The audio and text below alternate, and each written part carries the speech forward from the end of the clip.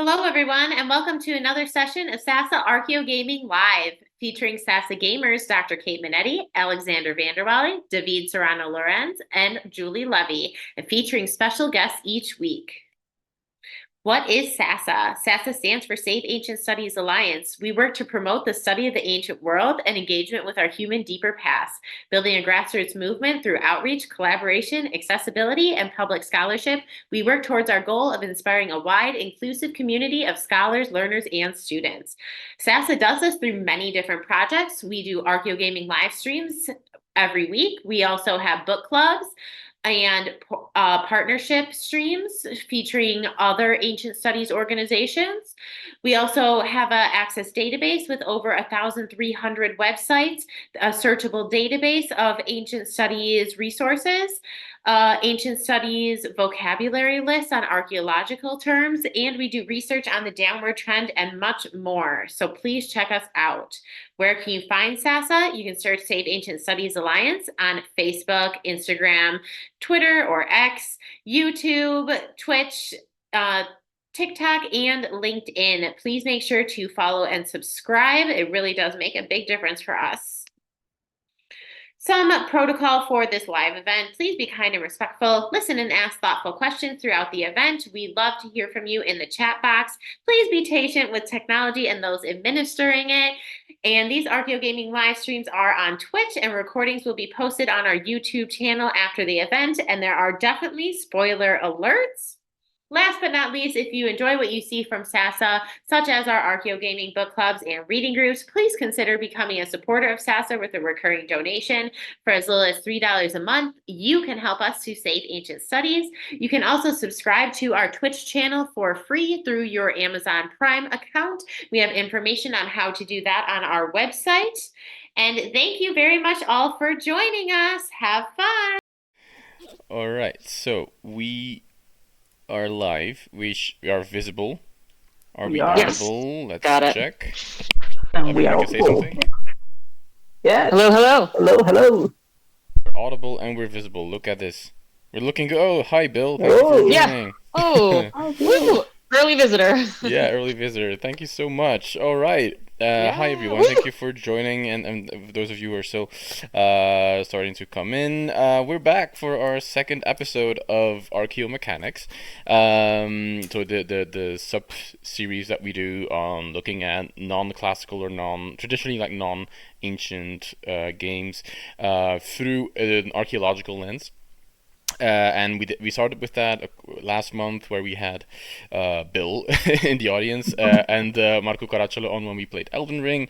Today we're moving to a much less fantastical setting, perhaps not necessarily less creepy setting of the United States of America. Is this 2038? Am I right? Yes. Yeah. And we are joined today by Lexie Henning, who you might remember from one of the very first ever SASA streams back in 2021, I want to say. Yeah. And so I think you streamed Assassin's Creed Odyssey then, if I'm not mistaken. I did. You did. Mhm. But for those in the audience who might not remember, who weren't in the audience back then, can you briefly talk a little bit about who you are and what it is you do? Yes, and a lot has changed since those early Mhm. streams, so completely different from then. Yeah. Yeah. So as I said, my name is Lexie Henning. I currently work out at UCLA for the Portavood Institute for the Study of the Iranian World. It's a research center that deals with all aspects of ancient Persia. So it's very classics adjacent, which keeps me kind of in the know-how. And then I also run a nonprofit called the Ozymandias Project. We've partnered with SAS on a few things in the past. And we also do a lot of ancient world reception stuff. Mhm. So we've got a couple of podcasts and our own Archeo Gaming stuff. So it's hard to characterize exactly what I do because I wear so many different hats, but I'll leave it with that. But yeah, I'm also an independent scholar, so I do a lot of independent things. Mhm. Yeah, so thank you so much. Oh yeah, and thank you, David, for putting the link in the chat to the Ozymandias project, and for being here as well. As well. So today we're playing The Last of Us Part 2. This is a game that is near and dear to my heart. I know Lexie's heart as well. This for those of David hasn't played this. He told us. I'm sorry for outing you this way, but it's just it's for the people in the audience who might not have played this or the first one, or who haven't seen a TV show. Can you tell us a bit about what the game is about, what it's like, and what the background story is? Oh gosh. Okay, that's a lot. Okay, I'll try to do my best to condense. Also, it's a little hard because I know we're like coming in the sequel, not the original. Yeah. Okay, I'll do my best. So, The Last of Us Part 2 is a sequel to an original game released in 2013, which is set in post-apocalyptic United States, where the cordyceps fungal brain infection takes over, and transforms people into various scary monsters. Let's just call them. I mean, I could go into each of them, but there's so many different types that I'm like, okay, that's annoying. But basically, you're infected monsters, so they're just called the infected. And so this sequel revolves around our co-protagonist from the first game. Her name is Ellie. In the first game, she was a 14-year-old child. Now she is a 19-year-old. I can't really say that's an adult, so I'll just say teenager. Yeah. And so I don't want to spoil it too much, so I'll just say she's led on a revenge quest because someone close to her has been harmed. Is that a lie to say harmed, or should I just say they're dead? I think it's not a lie. Yeah. It's very accurate. So someone very near and dear to her has been very deeply harmed and, is dead. And so she travels from her home in Wyoming to the city of Seattle. And so she is hunting down the group of people who have caused her this great harm. But we also do have a second protagonist that we will see today. I do say that they are co-protagonists. I know it's still kind of but we'll leave it there. But so then we do have a second protagonist. Her name is Abby, and she ends up kind of being very central to Ellie's storyline. Their paths do eventually intersect. But for now, and in the portions of the game that we will see today, we will not see them interact. So if you want to know how they interact together, you have to play this game. And I will mention very quickly that the TV show that HBO is doing, all of season 1 only covers the first game. So you can't watch the show to figure out what happens here. I mean, you can, but you will have to wait for season 2, which has just started filming and will not be released until 2025. So, and even then, I think season 2 won't be the entirety of the second game, right? They're dividing it up. Yeah, it's going to be split up into at least 2 seasons, maybe a third, but we'll see. Yeah, it's a long game. I would say it's about double the first game. The first game is pretty snappy, 15 hours. This one I've stretched it to 33 and a half, I think. But that's because I completed everything. So yeah. So I guess to pick up from where we are, this is not the beginning of the game. So the game is structured in a sort of 4-act play. So you have kind of a prologue, and then you have Ellie's storyline, which will play through Seattle day 1, 2, 3, and then you kind of switch, and then you go to our second protagonist, Abby. You play her days 1, 2, 3, and then there's a sort of 4th act that we won't get into. And so we are starting off our game today in Ellie's day 3. So this is the last of her days. So there has stuff that has happened, and we might touch on some of the stuff, but I don't know how relevant that will be. So yeah. So I'm happy to start off on the mission, but I do want to mention that since we were talking about classics in this game as well, our home base in Seattle for Ellie, at least, is in this old theater, which we see right in front of us. And as we will notice, it has the name Cassandra on the front of it. And that is not really relevant to the game, unfortunately, but to the classical side, reception side, it's kind of a big deal. Or at least that's the argument I make in my article that I wrote last year on this game. So, yeah, I'll let you guys start us off. You want to ask a question? You want to start us off on some discussion? And I'm going to just start Ellie on her way. On her quest. On her quest. Yeah, so and we're with our friend Jesse here. Yeah. So there he is. Yeah. So I see Bill in the chat has been, he says he's never played any of these games. So I played the first few hours of the first back on PS3, but I lost track a bit. And honestly, that's a bit how it was for me as well. So I had the first one on PS3. I loved it, but then I think somewhere in around like Pittsburgh or in like a hotel thing, like it kind of lost me a bit, and it was harder to pick it back up. But then this one, I could not stop playing this while I was playing it. Like this is so much more tense, and you know, and even though, despite the controversy where you switch the viewpoints, I really love that, and it doesn't, like, once it grips you, it doesn't let go. I would say. Absolutely. I never joined the party of community of gamers and so on. So why was there some controversy about the two viewpoints? Well, I don't know. You want to go? Lexie, I was like, I'm happy to take this. I'm happy to let you take this. I mean, I can start it, and then you can kind of build on it. Whatever's good. Yeah, I mean, there were multiple controversies. I think so. One was that people, games are a medium where you get attached to the character you play, and then at a certain point in this game, sort of quasi abruptly, I think, like it's not that you expect it. You are, quote unquote, forced to relive those 3 days from a different perspective, and the perspective of the antagonist, the person you've been working against. And so I think many players were not expecting that they would be asked to sympathize with the villain person, or from the antagonist perspective in the game, and that was kind of it experimented with game form, and experimented with storytelling in a way that might have been a bit unexpected for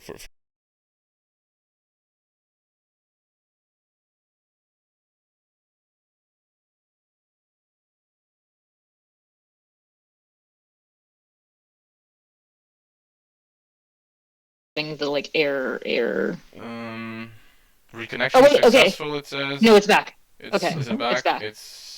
Yes. It's back. It's back. Yep, right. I'm moving. Sorry. Okay. Everyone, internet is working overtime. I think. But we are audible. We are visible. Yeah, we are. All right. So. Yeah, we're good. So yeah, that was kind of a big problem for many, and I think so. Bill said that while that was a controversy, gamers are really behind the curve on media literacy sometimes. Anything different or experimental is rejected. Books and movies have done stuff like that for decades, centuries even. That's true. Absolutely. But then there was another controversy as well regarding Abby, which is more horrifying. I don't know if you want to take this one, Lexie. Yeah, I was like, which one? I mean, with Abby, there's a couple. Yeah. Okay. Yeah. So, I mean, the controversy though with Abby, I feel like really started. I mean, before the game came out, and so a lot of it, I feel at least, was super unfair, and it really she never had a chance to, be seen as a cool, good character that people could actually root for. So I feel like, I mean, and you can tell me if I'm wrong, but I feel like it really started when people saw the character model of her and just immediately went oh no, she's too masculine, she's built like a tank, she's so not feminine. So there was all the stuff about her appearance for sure. And then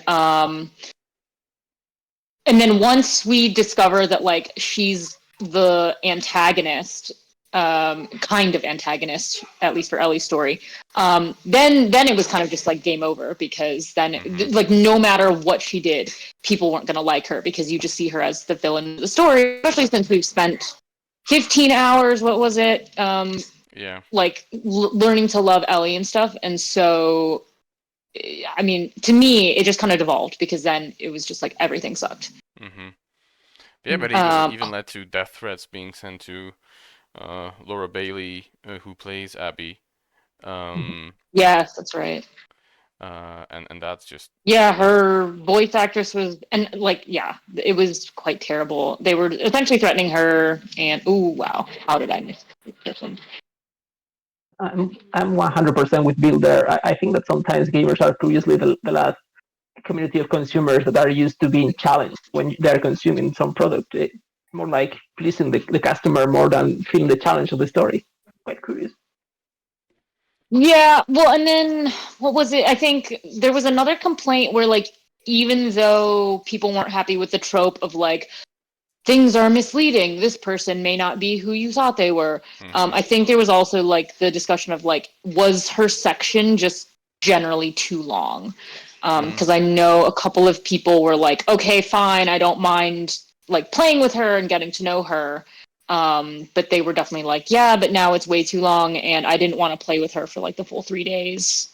Because it like I understand it's a valid criticism that people felt like, you know, you're honestly playing two different games, right? Because you're playing the first, what is it, 15, 10? No, it was like 10 hours or something like with that. Yes. Ellie, and then you're like you're so invested with her, you get a major boost.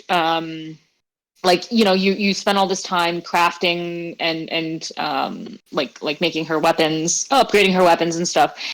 And then when you switch perspectives, you essentially have to start from zero all over again, right? Because like Abby doesn't have any of the stuff. And so then you're like, I just played 10 hours. I was invested in my weapons and this, that, and the other thing. And then not only like do you start from zero, but like the weapons are all different as well, right? Like, so the arsenals are different. The fighting style is different. And like, so if you're someone who really loves Ellie's bow, which I do, I love her bow. It's my favorite weapon. I can do all the stealthy, like with Ellie, usually I stealth around. With Abby, you can, but it's not like encouraged just because of the play style. And so to me, I mean, my loving nickname for Abby, right, is the Abby Tank, because she's like a tank, right? So I just like go in guns blazing in like every situation. Let's melee people all, you know, everywhere. There's no incentive for me to be stealthy. So, you know, it's different. And so a lot of people who didn't like that, and then are forced to maybe play a different style, the character they don't like, and then, you know, meeting all of Abby's friends, other people that you associate with not liking them either, because they had a role to play in what happened to Ellie. Like, it's a very long time to essentially like not see Ellie at all. So it depends. One thing I want to point out is we are in front of the Seattle Convention Center, which is not a real place. Like, or it is a real place. It's just a different name. But we have these spectacularly torn Comic Expo 2013 banners, let's call them, very ripped. So when I walk closer to Jesse, it'll trigger this great dialogue where they try to piece together what this location is.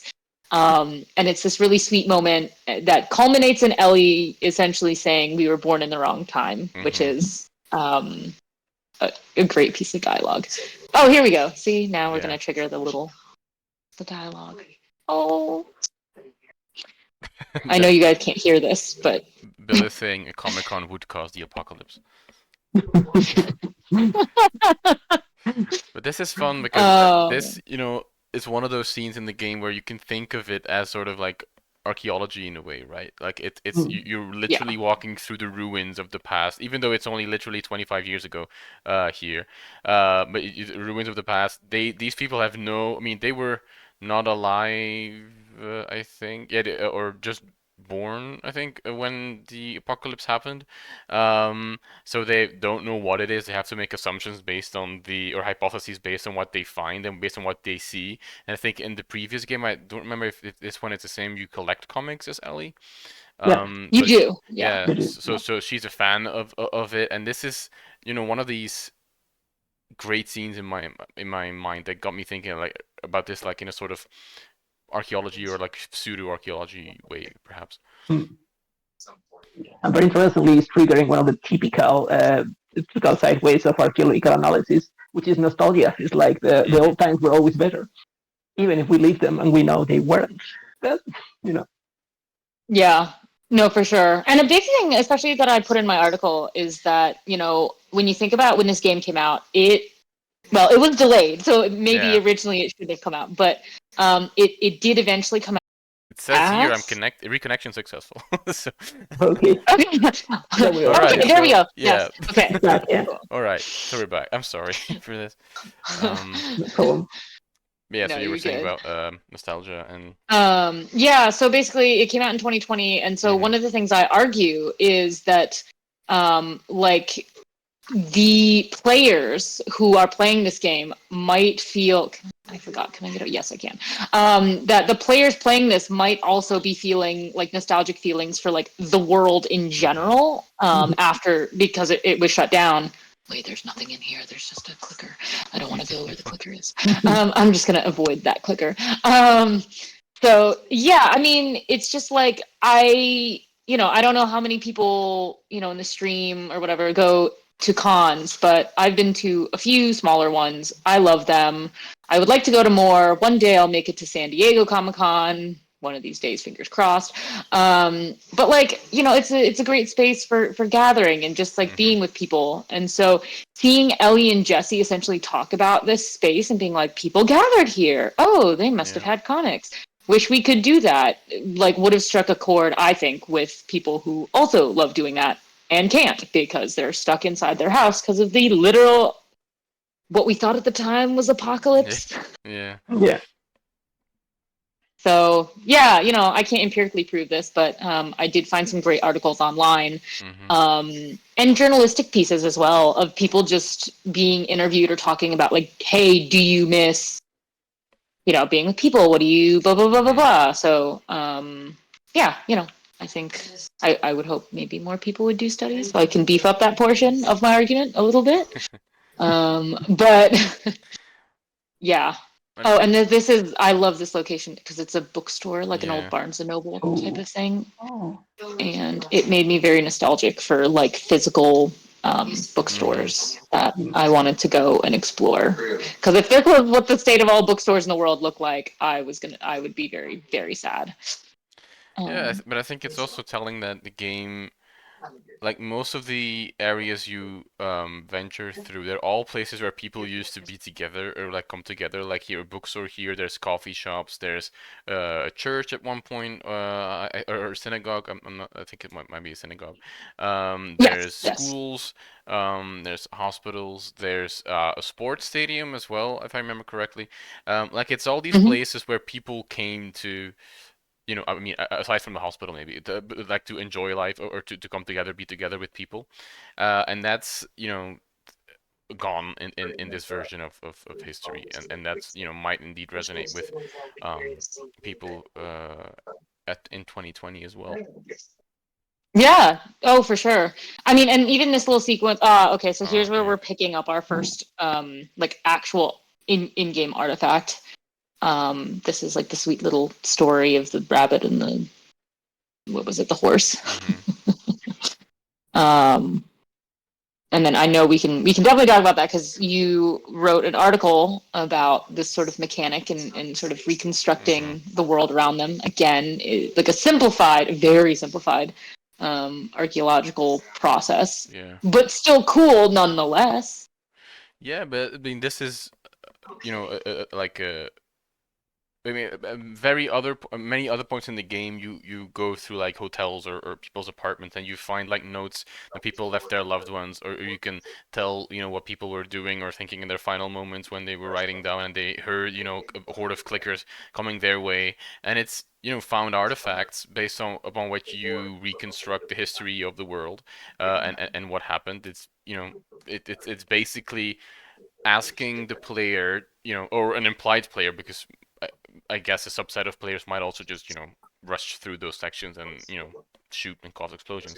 But it's like asking players to adopt like an archaeological mindset in a way, Hmm. where find a given space, you're asking them to fully, um, cover all sections, all corners of it, finding artifacts, and that then give you an idea of what the past of that space was like. And it's a way in which I think environmental storytelling is put to use really well. And I think we also talked about that with Bill and Marco in Elden Ring, how games might be more adept or more suited to such kinds of storytelling. Mhm. And I mean, because you could not have the same type of engagement with the past, I think, in like a movie. I think it would be different. Mm. Oh, for sure. I mean, again, but also right, there's that like interactive aspect.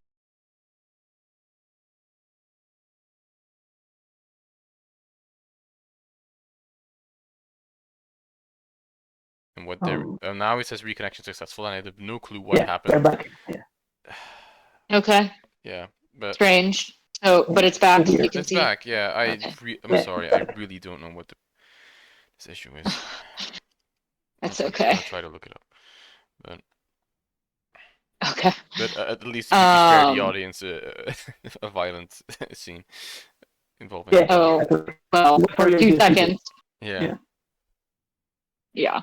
Yeah. Okay. So my guilty conscience is Please. better. Okay.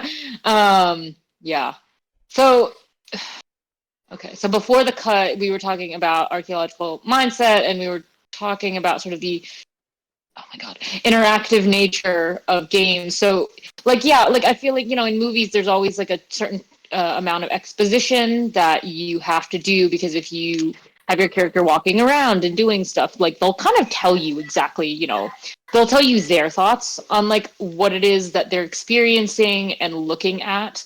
It doesn't really leave much up to interpretation. But with games like this, like they don't just tell you. Like you have to kind of read the thing and be like, okay, so what do I think happened based on what happened here? I wish it were. I mean, I don't wish it were in this game because it was horrible. But there's the great example in the first game where you're going through like a underground like what would you characterize it as? Like an underground tunnel space? I think so. Yeah. Yeah, it's where you meet Ish, and you get the Yeah, Ish yeah, yeah, letters yeah, yeah, essentially. Oh, yeah, okay. Yeah, yeah. yeah, Yeah, yeah. so Tunnels. it's like so it's like an underground tunnel, and then you just get a bunch of letters from this person named Ish, and you're kind of being told like what was going on and what their thought process was like Mhm. in these really small snippets, and so you kind of piece together this idea that like oh they're like living in this underground community, and it's adorable. And they were safe and fine until it's not. So you have to go around and you see all these sort of indications that not all is well, and then Yeah. you do get to sort of reconstruct what happened to Ish and the community. Just kind of like in this section of the game, you have these artifacts. There are a bunch of letters written to Mhm. jewels. You find them everywhere, all over the game. I guess since we're talking about artifacts, we could just go through this one. Yeah. Why not? It's here. Hey, Jules, you still out there? I'd say if you could hurry, catch us at the next rendezvous. This flooding has really slowed us down. Zachary says this amount of water is unusual. I think WLF or Wolf patrols have picked up too because I spend too many hours lying in the mud while the people that claim to be our friends motor by. Isaac and the Wolves are really making this worse. For them, it's just about egos and honor. They need to stop fighting for land and they have no claim to, despite what we heard. It was the WLF who broke the truce. We've been lied to, Jules. There is something crossed out, and then we say, I will pray, she lights my way, and then she does for you as well, Jules, find us, come soon. Mhm. Great. And so we, at no point in this game do we see this truce that they're Mhm. talking about. And so we're kind of left to reconstruct how did the truce fail? Why did it fail? What happened? Also, was Ellie, I should say, she is tangentially involved in the sort of civil war that's going on in Seattle between two rival groups, the Seraphites or Scars, as they will Yeah. be referred to, and the WF or the Wolves, which is the faction that our second protagonist, Abby, belongs to. And we will learn about them more, I'm sure, in the other section of the game that we have planned.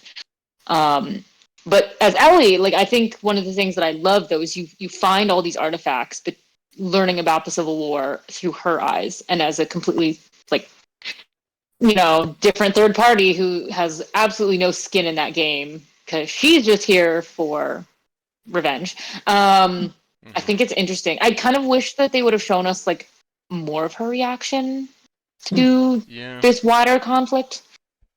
But I guess it wasn't like essential to telling the story. Although there was some behind the scenes chatter.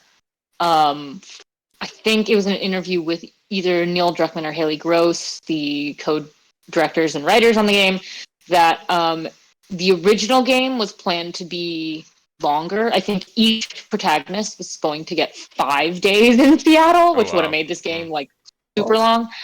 And then they talked about how they actually wanted to plan a whole sequence in the game with Ellie going to the Scar Island to kind of discover the scars. Unbiased. But then they were like, yeah, it added nothing to the game, so we cut that out. And I'm like, I agree just from a game perspective, but I'm sad because I think that would have been super cool to just see. I guess it does make Ellie and Abby's journeys a little bit more individually distinct, I guess.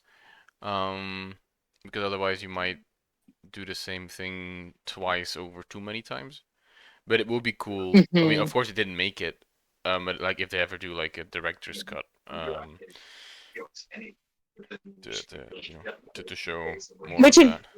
Which would be nice. Although it technically isn't the remastered kind of like a director's cut, and they don't add any. Although they added 3 lost levels in, which is cool to see. That, Okay. Oh yes. I should preface and just say I am playing the remastered version because this is not Ellie's normal Seattle wear. This is a skin that I unlocked from whatever. So if you're playing this game and you can't find this outfit, I'm like, I promise it's not, you're not crazy. It's just I have all the like special expansion whatevers, and I go all in with this. What can I say?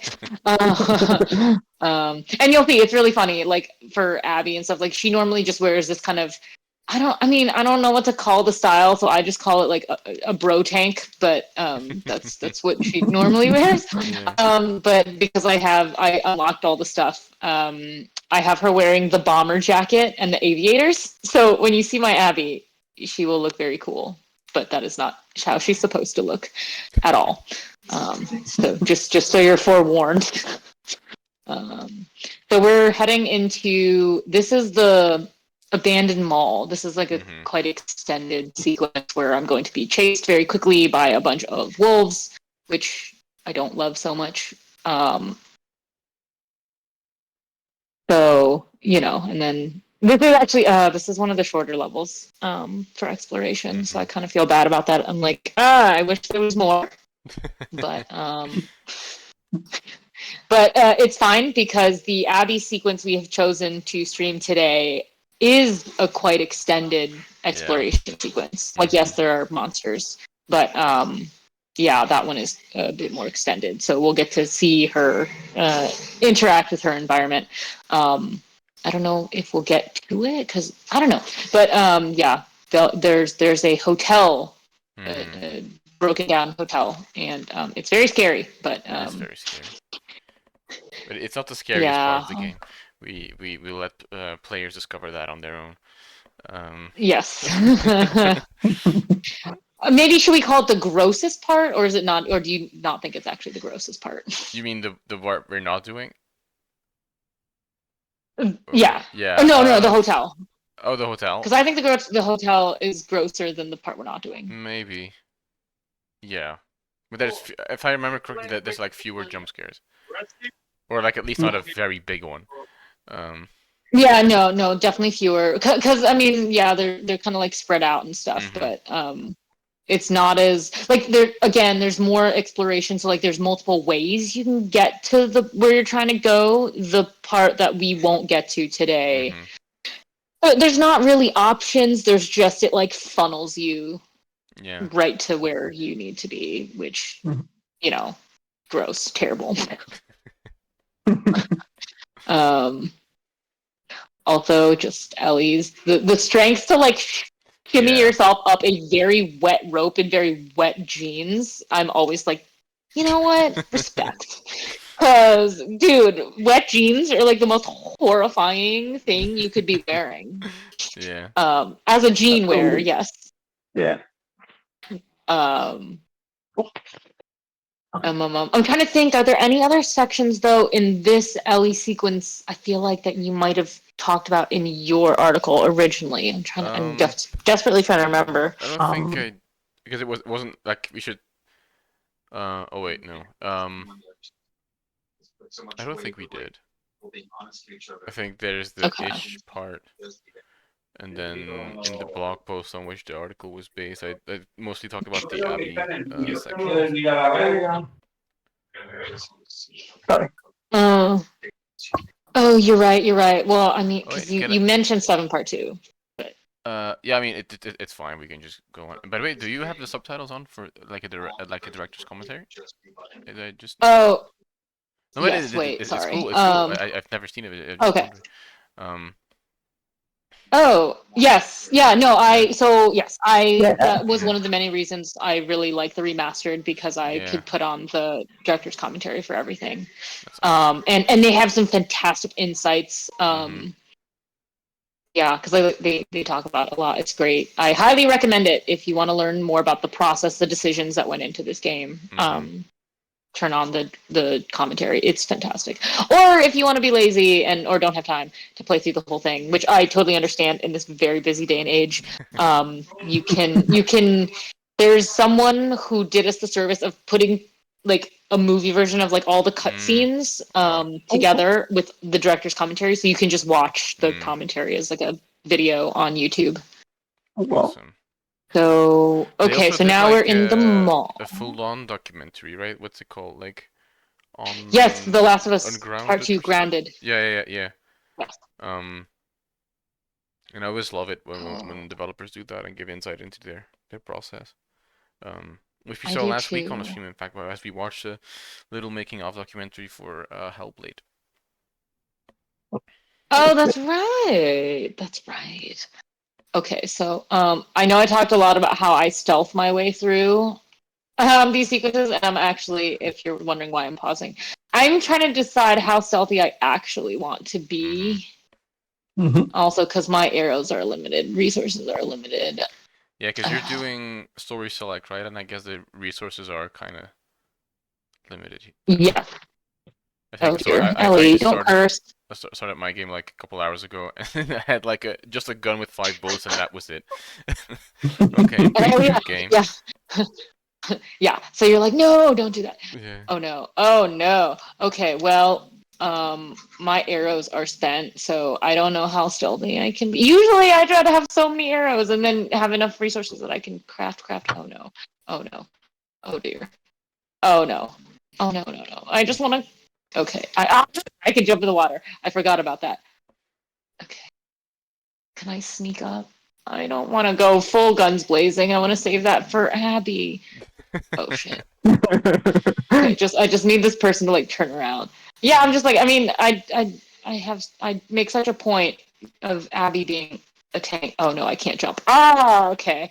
Well, maybe I will have to give up some stealth. Can you throw bricks? Do you still have some bricks left, or? I can.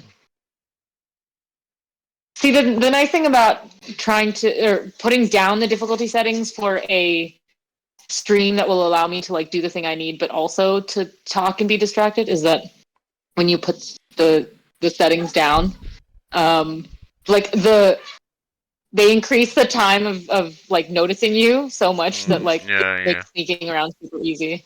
So I'm kind of like, well, that was not actually very difficult, but I'm trying to figure out, okay, so this is the mall. What was this? Was this the sports shop? Okay, so we're in like an old athletic store right now, which is fun. There's some creepy mannequins, which I don't love, but hey, they're here. I'm trying to remember. I don't think, unfortunately, because this is such an extended like confrontation sequence with the WLF, I don't think that there are any collectible artifacts in this section, which is sad because I was hoping to find one or two. but apparently not. There's just not a lot of things to collect anyway. Oh crap. Hi, can you just turn around, please? Because there's no one over. Yeah. Okay, Ellie, go. And it's very convenient that there's Turning around. okay. It's very convenient that there's like perfectly tall things that I can hide behind. Wait, I do have a silencer though, actually. Okay, and you couldn't go prone in the first game. True. It's true. Gotcha. Oh no! Don't run away from me! Oh no. Oh. Okay. She ran away from me! Okay. Yeah. So Power Bill survive. in the chat is saying, I find the violence in these games really unsettling in a way more fantastical games never bother me. I know that's completely intentional. Curious how you all feel they accomplished that. As in, like, how they managed to make it unsettling? I guess, yeah. Just for clarification. Mhm. Oh, okay. Do you want to take that just as I'm trying to live? Yeah, Sorry, Yeah, yeah. I'm Yeah. out of imminent danger. Yeah, Yeah. no.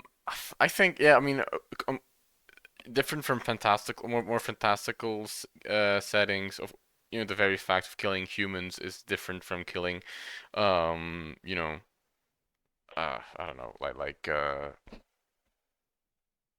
what's like a good non-human video game enemy, like, like Orcs or robots or something like that. something, or I'm sorry. Orcs or something like Yeah, that. like orcs or robots or like maybe dragons even. Like I don't, like Mhm. that's a different. I think also the realism of this game is very high, of course, and it shows in basically every aspect of the game. But like when you shoot someone, like it registers where you shoot the enemy, and then there's like different sound effects, and you can sometimes, like, if you shoot them in the neck, you can hear, like, I don't know, like blood spurting out of the veins and stuff like that. Like the sound effects are very, very. I mean, I'm going to say realist, but I obviously don't know how that actually sounds. But I could imagine it's approximative of what reality is in that sense.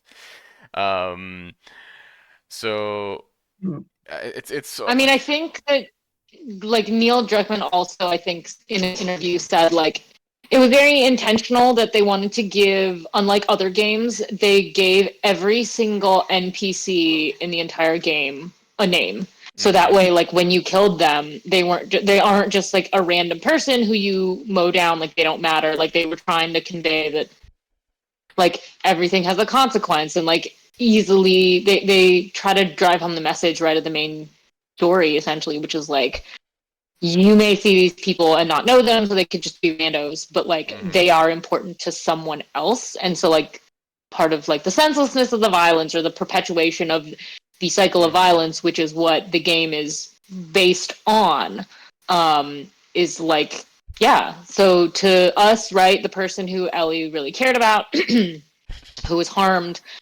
yeah, I'm just beating around the bush. I'm just beating around the bush, man. I'm like, oh man. Just in case there are any TV show watchers who don't know, I don't want to like spoil season 2. So, but like, yeah. So for the person that was harmed, like, I think it's like they were important to Ellie, and because we love Ellie, we feel it very deeply. But like, also for our second protagonist, this person was not the person that we all loved, right? They were like literally the villain in their story who, and like the reason that set it off at the end of the first game. Like the person, one of the many people, right, who had to die. They were just a nameless NPC, and you can't, like, we couldn't finish the first game unless this person was killed, right? And so I think it's just trying to double down, right, on that argument. And so the intentionality of that, but also, I think one of the many criticisms of this game is that there's the perceived lack of choice, and you can tell me if you agree with this, but like, do you feel like there was, like, you actually didn't get a lot of choice in this game, or do you feel that there was more choice in this game than the first one?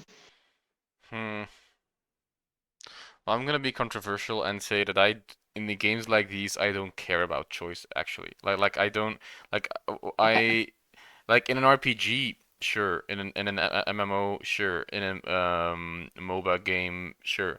But it's something like this, like a third person action adventure. Just give me the story that the developers wanted, death of the author, Mm. and but like the Hmm. developers wanted to tell, and that is what intrigues me. It's not like I don't like it could have worked with at the end of the first game, like giving a choice to the player, but that would have cost us one of the most impactful endings in gaming history.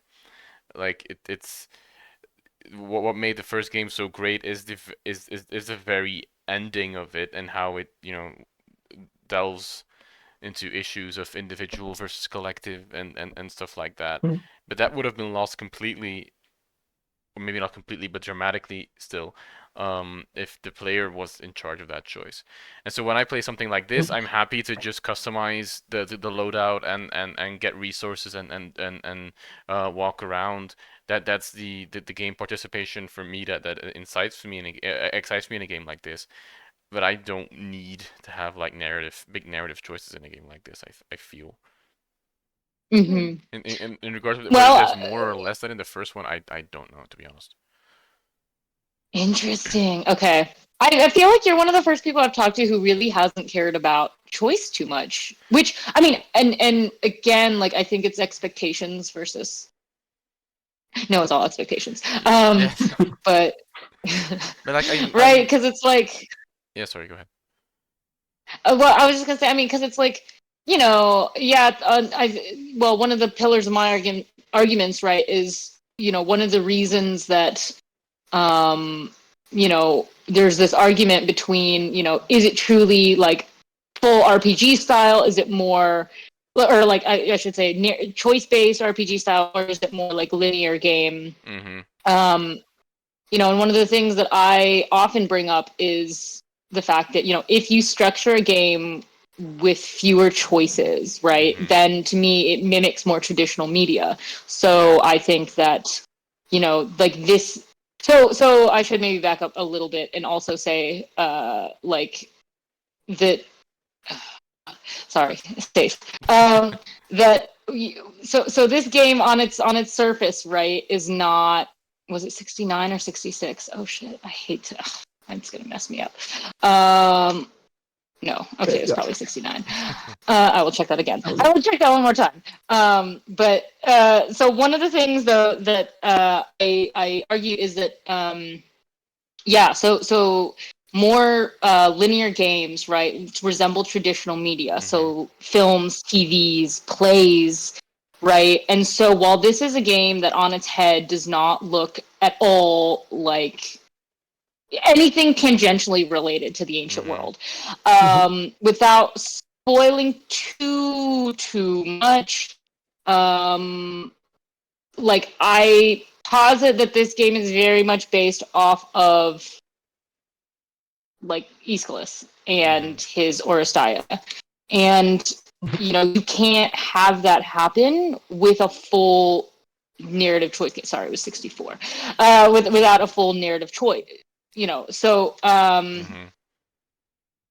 along with choices, it's kind of like, would the Oresteia be the same work, right, if Orestes was given the choice, right? Mm-hmm. If you were like, do you want to murder? Do you not want to murder?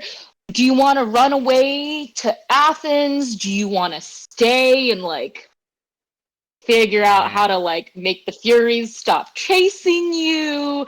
Like, would we have the same story? Yeah. No, absolutely not. Right. And so I think, when I compare this to a game like the Assassin's Creeds, right? Mm-hmm. Where I'm like, okay, so what would it be like if if Assassin's Creed didn't give me choices? So take Odyssey, right? Mm-hmm. If I couldn't save my family, like if I had to kill Alexius at the end, right? Mm-hmm. It would be like, is that the same story as choose your own adventure? You can have all of them there, none of them there. Some people are dead. Blah blah blah. That sparks a lot of different conversations. But come on now. Yeah, I think it's But yes, also it does. the thing we like with Aeschylus and tragedy is what is tragedy? It's a reversal of good fortune into bad fortune that happens to people. Often good people, also sometimes not good people, and there's no choice in that. That just happens. That's just something that befalls you. That's what misery is, and that's I think part of what tragedy is the very elimination of choice, the very fact that you're subject to fate.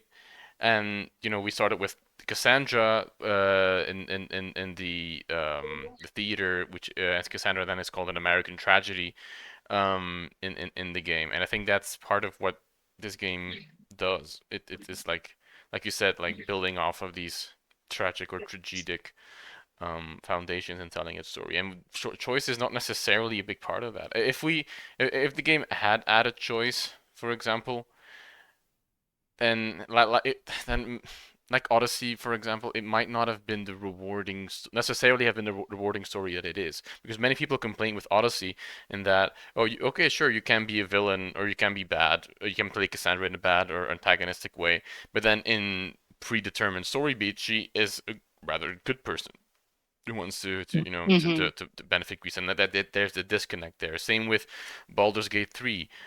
You can if you play if you want to play very brutally, very aggressively, there's just less content because you kill everyone you encounter. Like, okay, they can't give you quests anymore.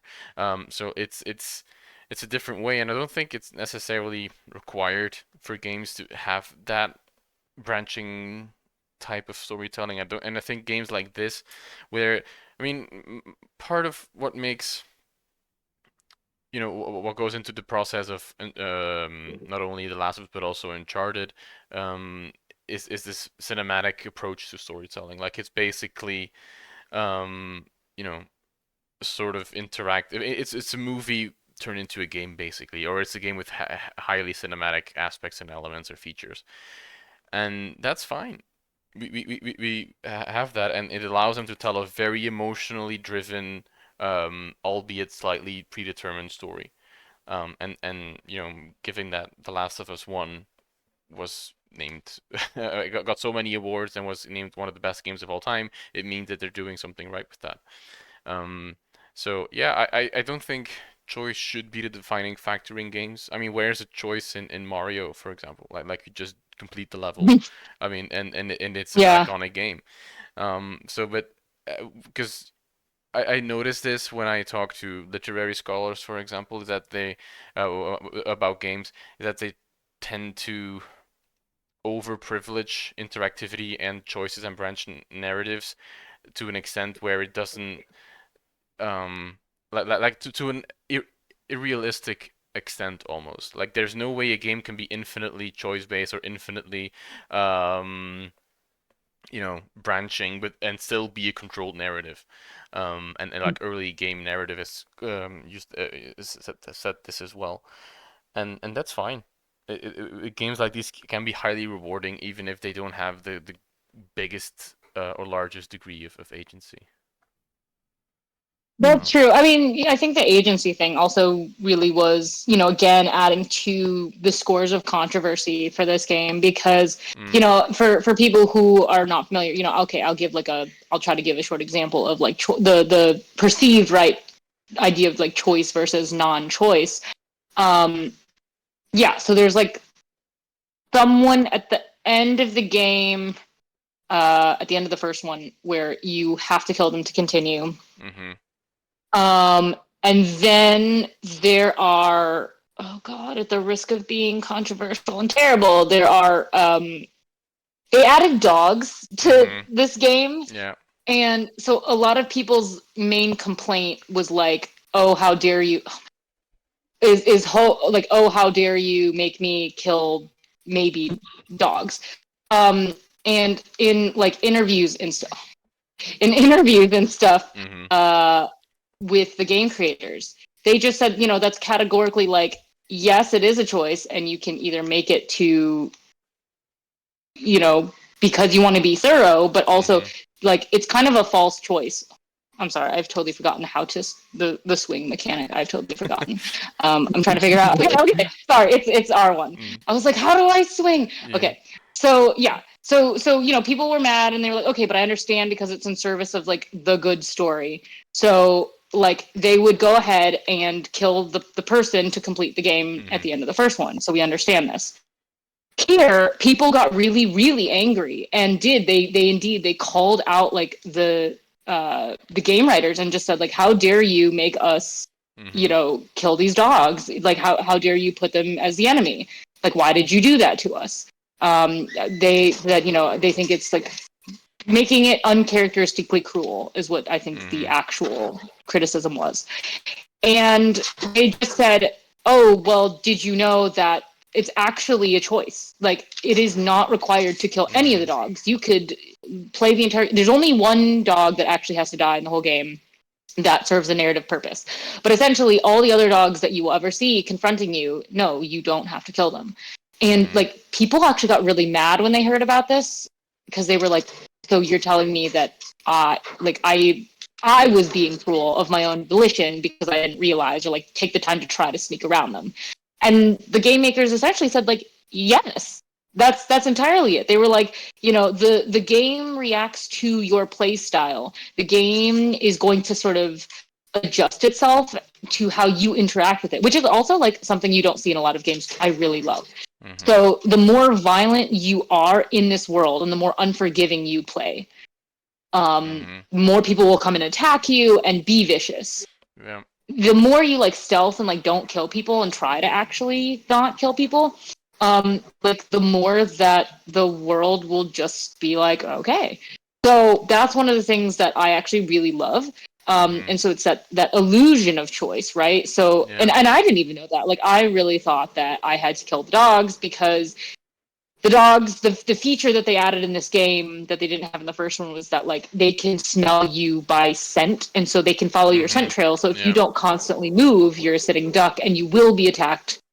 And the only way to like get them off of you is to kind of melee combat into them, and that will actually result in them dying. So you do have to actually like commit to stealthing around if you don't want to kill the dogs. You're encouraged to kill their handlers so that they'll just like go over to their handlers and be sad, and then you can sneak around them, which I don't know if is any better because you still have to be violent. But it's interesting. I don't know if you've come across people who have tried to play this game without killing people. Have you experienced that? Not this game, but I did run an experiment last year and the year before where I had students play AC Odyssey for 8 weeks for my dissertation, and so some of them did say like I don't want to kill animals in this game, so I just run away from them, or I consciously avoid them, or I let them kill me and then I respawn and then the animals aren't attacking me anymore, for example.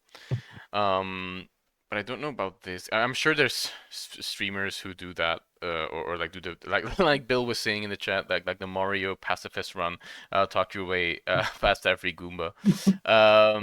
But this also ties into into a question Bill has. Last week with Elden Ring, we talked about another way that these kind of narratives present choice, which is a set narrative that you can't change much, but you give enough flexibility in the broader story that the player gets to position themselves within it.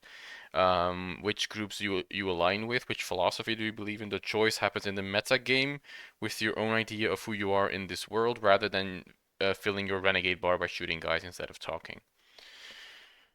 That's a big question. That's enormous. Yeah. That's a big one. I don't think there's a philosophy to believe in necessarily. I think what Elden Ring does so well in other FromSoft games as well. Of course, me saying this as I've not played any of them, is like asking you to interpret the story and creating it like almost archaeologically, but that's not something this game does per se. Like Lexie also said, like, you don't get to there's not really that much to interpret from the letters you find. You can, but it's pretty much all spelled out quite, for the most part. Um, but yeah, what Lexi said, it's you create your own story to a certain extent. Like, if you want, you can play Ellie as someone who does not kill anyone, except those who are predetermined to die in the story setup. Um, but it's perhaps a more elusive way of storytelling, that you can hypothesize the choices players will make, but you can't be sure of it to the extent that they do. For example. But yeah. Hmm.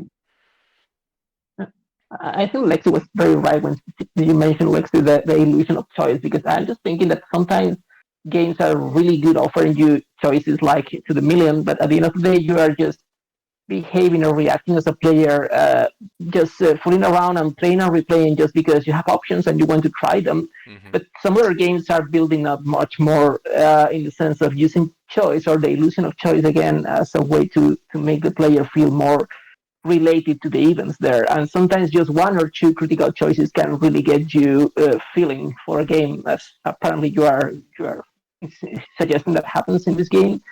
So I guess that it has a lot to do with the way that your personal reactions and your personal feelings are filtering when you are playing. Mm-hmm. I remember, for example, that playing one of the Far Cry's, I don't remember which one because it's all basically the same. I had big problems because in a lot of missions you have to shoot down some words and they are always accompanied by some dogs, precisely. Mm-hmm. And I really hate killing animals in video games, especially because they always introduce these audio sounds when you kill an animal, like the thing, and I hate it because I feel guilty. So it's not really like a choice the game gives to you, but a lot of your background is filtering there when you have this illusion of choice or fighting against it. Yeah, And for then sure. what I I mean, said and over. Sorry. I mean, yeah, this game does it brilliantly, and Mhm. I think that like part of the brilliance is like how subtle that they're able to do it, right? Like Mm-hmm. there's so many people who've played this game since it came out in 2020 who are discovering new things. Like I every time I play, which I have to take a moment because it's a very long, emotionally tough game. So it's not like when I was writing my article, I did actually spend like 500 hours between this game and the first game, Wow. really like breaking down and analyzing it, which was a lot. And unless you can put up with like emotional turmoil, I don't recommend it because whoo, that was a trip. But yeah, I mean, I as I learn more, I'm just like, there's so much jam packed in here that it's super easy to make. Like, okay, I'm trying to think of like what's one thing that I missed the first time around, that I might have, like, illusion of choice. Oh, I don't remember. Oh gosh. Okay, there is one encounter somewhere in the game where I think you can avoid it completely. Like, you literally can go right around, and like this game is so long. I really don't remember which one, but like you could literally run around it and be like, yeah, it's fine. And most people, I think, when someone did a poll or something, and they essentially were like, okay, how many people you go to this encounter? And the statistics were insane. It was like 95% of people did the encounter, and like like the other 5 were like, oh no, I didn't want to do it. And then I think when they like asked, like, okay, like if you choose to not, why? Half the time, actually, the people who like stumbled on the fact that you don't have to do it responded like, not that like if they didn't want to kill people or super pacifist. It was like I'm not a really experienced gamer, so I just try to like avoid fighting in the hard parts, right? And so I'm like, oh my gosh, so like people are going to discover this by accident because they just want to like not fight people because they're like, I'm a bad gamer, so I may not do it.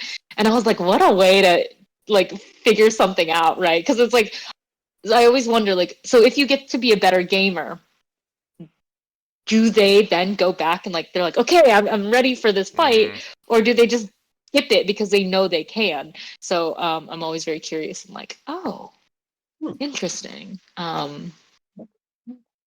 People choice, But also, choice can be very controversial as well. Like the illusion of choice. I mean, like the classic example I think is BioShock with Mm. what they're called, like the little sisters, I think, where you can Hmm. throughout the game you can choose whether to save them or to kill them. They're like these little doll-like creatures, I think. And then at the very end of the game, it turns out it literally did not have any effect on the ending, oh wait, whoa, we're having a what they're calling on bloater. Sorry. Whoa, Yes, it's the bloater Yeah, like arcade I fight. So remember those guys. sorry. Yeah. the So you can keep talking, but I'm gonna be like yeah. crying and running for my The, life. this is like so do I remember correctly that like the infected have like levels and like this like level one, two, three, four or something, and like this is like level four or something. Yes. Yeah. Yes, because you have the runners, which are the easiest first Mhm. stage, and then you have the stalkers. Please die, please die, please die. Okay. There he is. I'm sorry, There you this was go. the shortest Blasted. fight ever because I normally Such a don't pro. play on light plus. Mm. But like this is I'm sorry. Like I fully cheated and set my like settings to the easiest gameplay. So usually this is like a full 20-minute fight. So Mm. this was a very happy experience to throw like two Molotovs, a couple blasts of the shotgun, and he's dead. So I am very pleased. Um Okay, so that didn't take as long as I thought it would. Sorry, please continue. No, I don't even remember what I was saying. Um, Illusion of choice, I yeah, think. yeah, yeah, but Yeah. with BioShock, yeah. And then many people Yeah. were very, annoyed that the choices they made had no bearing on the conclusion of the game, which I also understand. But I think it's also we tend to underestimate how long it actually takes to create a fully satisfying branch narrative. And Mm. can you imagine if they had to build three versions of this game? Like they would still be making Oh, it. And yeah. it's just at a certain point, narrative ambition has to be balanced or leveled with just sheer budget restraints and feasibility. Um, Mm. and yeah, we tend to be, because most people from an academic perspective go into games from a different background, right? From literary studies or history or archaeology, and we tend to overvalue, I think, what choice brings to it because that's from the get go that is the main thing that sets games apart from other media. It's a movie but with choice, or it's a text but you get to decide what happens, and that's not necessarily fully representative of each and every game, or at least not each and every successful game. God of War, for example, one of the most the defining video game series of all time, has no choice, narrative choice whatsoever, in not a single game, I think, if I'm not mistaken. And that's fine. It's still a challenging game. It's a good game, but you don't need to be in charge of the narrative everywhere, I think. Just a Mm. different type of Yeah. experience. I mean, without getting too spoilery, like considering what happens at the end of this game, do you think that if you got a choice in the final sort of boss fight, do you think like how much do you think that would have radically changed how this game is received? That's a good point. Yeah. How does I can't speak for everybody who plays this. I know for me, Hmm. I I don't know if I would have liked it, to be honest. Because then again, like Oh, if they make a part three, for example, like then you get hmm. into the annoying piece of this is the canon ending and stuff like that, and then people will be angry. But like, no, I did this. This is my canon ending, and then you get Mm. into those types of discussions again. And I'm not sure, like with this game, like I'm not saying for every game out there, for example, like God of War maybe could have used it in certain respect, but for this game, I love the fact that it's just predetermined and that I want to listen or I want to engage with the story the developers wanted me to engage in. Like this is like everything that happens in this game happens to the characters almost. Like the very infection from the beginning, the very fact that this world is completely destroyed, it's something that happens to them and you can't change that.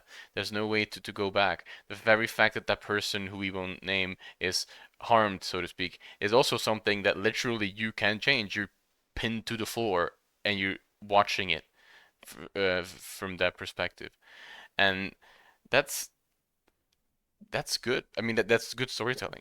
Like it's dealing with that tragedy and that drama and that the emotionality of it, and having choice in there. It I'm not saying it would have destroyed the experience or something, but it would have maybe made some moments less impactful. I'm not sure.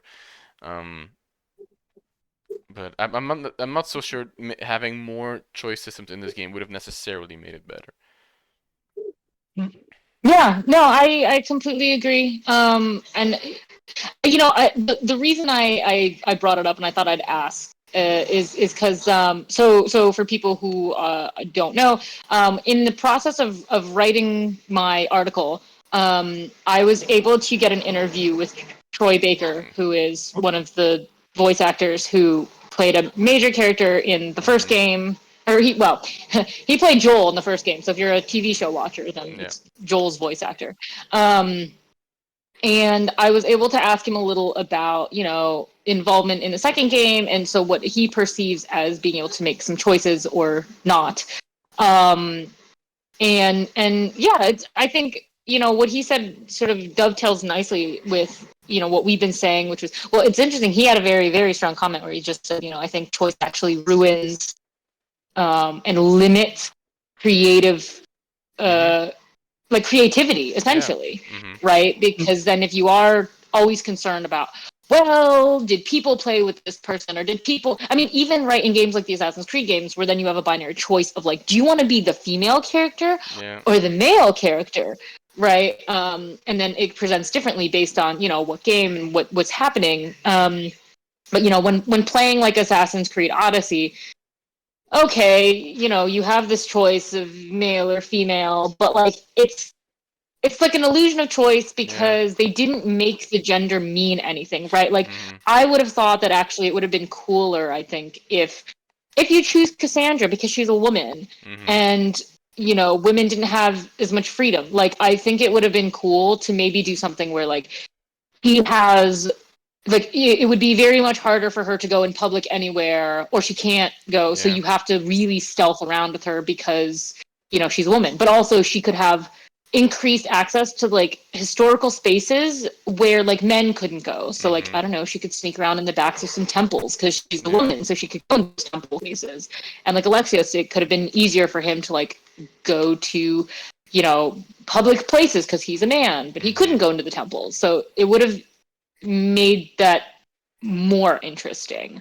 Absolutely. But then again, you have to give someone a choice. Well, you don't have to, but like they wanted to. So I think Yeah. it just depends on like what are you going for. If you want to Mm-hmm. tell like a concise story, the way that if you're a creator and you're like, I want to tell this story and I want to tell it this way, Mm-hmm. then I really don't think choice is warranted. Then take Yeah. away choice and just give me a good story. Mm-hmm. If you don't care about that, if you're like, I just want to make something fun that people can explore, then go with the whole Assassin's Creed and just like give me Mm-hmm. something I can just walk around and do my thing in.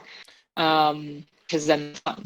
Because in the end, what you get with Odyssey, and it's been criticized for that as well, is kind of a genderless experience where it doesn't really matter that much. And it gets into some pretty weird situations where in Olympia, Cassandra competes in the Olympic Games, but then at the same and nobody bats an eye. And then at the same time, there's a side quest where where a woman goes sneaks into the games to watch her son compete, and she's sentenced to death for that. Like, and it's like this really weird, you know, mix of the two. Um, Yeah. so it's, I mean, because I've, we've talked on this stream about the really weird circumstances in which Odyssey was made playable as both a male and female character, um, which obviously also you know affect that. And I think with Valhalla too, like so the canon character is female Eivor, but even if you play male, he's still called Varin's Dottir with his last name, which really makes no sense. But like Yeah. it's yeah, it's the technical feasibility versus the narrative ambition of choice making, I think. Yeah.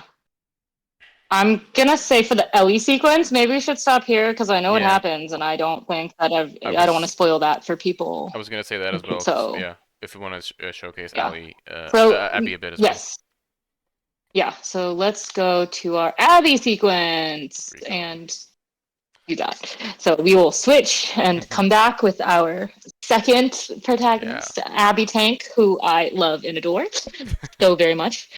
By the way, can I say that I find it so interesting that you have different. You said you use different play styles as Ellie and Abby, because I don't recall And there having she is. done that. Oh, look at the Oh. glasses. Cool. Yeah, I know. Isn't she cool? Like, look at my Yeah. bomber Abby. I love Yeah. her. She's even more badass. Yeah, no. So with Ellie, like, I'm very bow. It's interesting. Yeah, so I prioritize like, I want to be very bow heavy with Ellie, and then I kind of hang back and like use Molotovs a lot for against the bigger sort of enemies.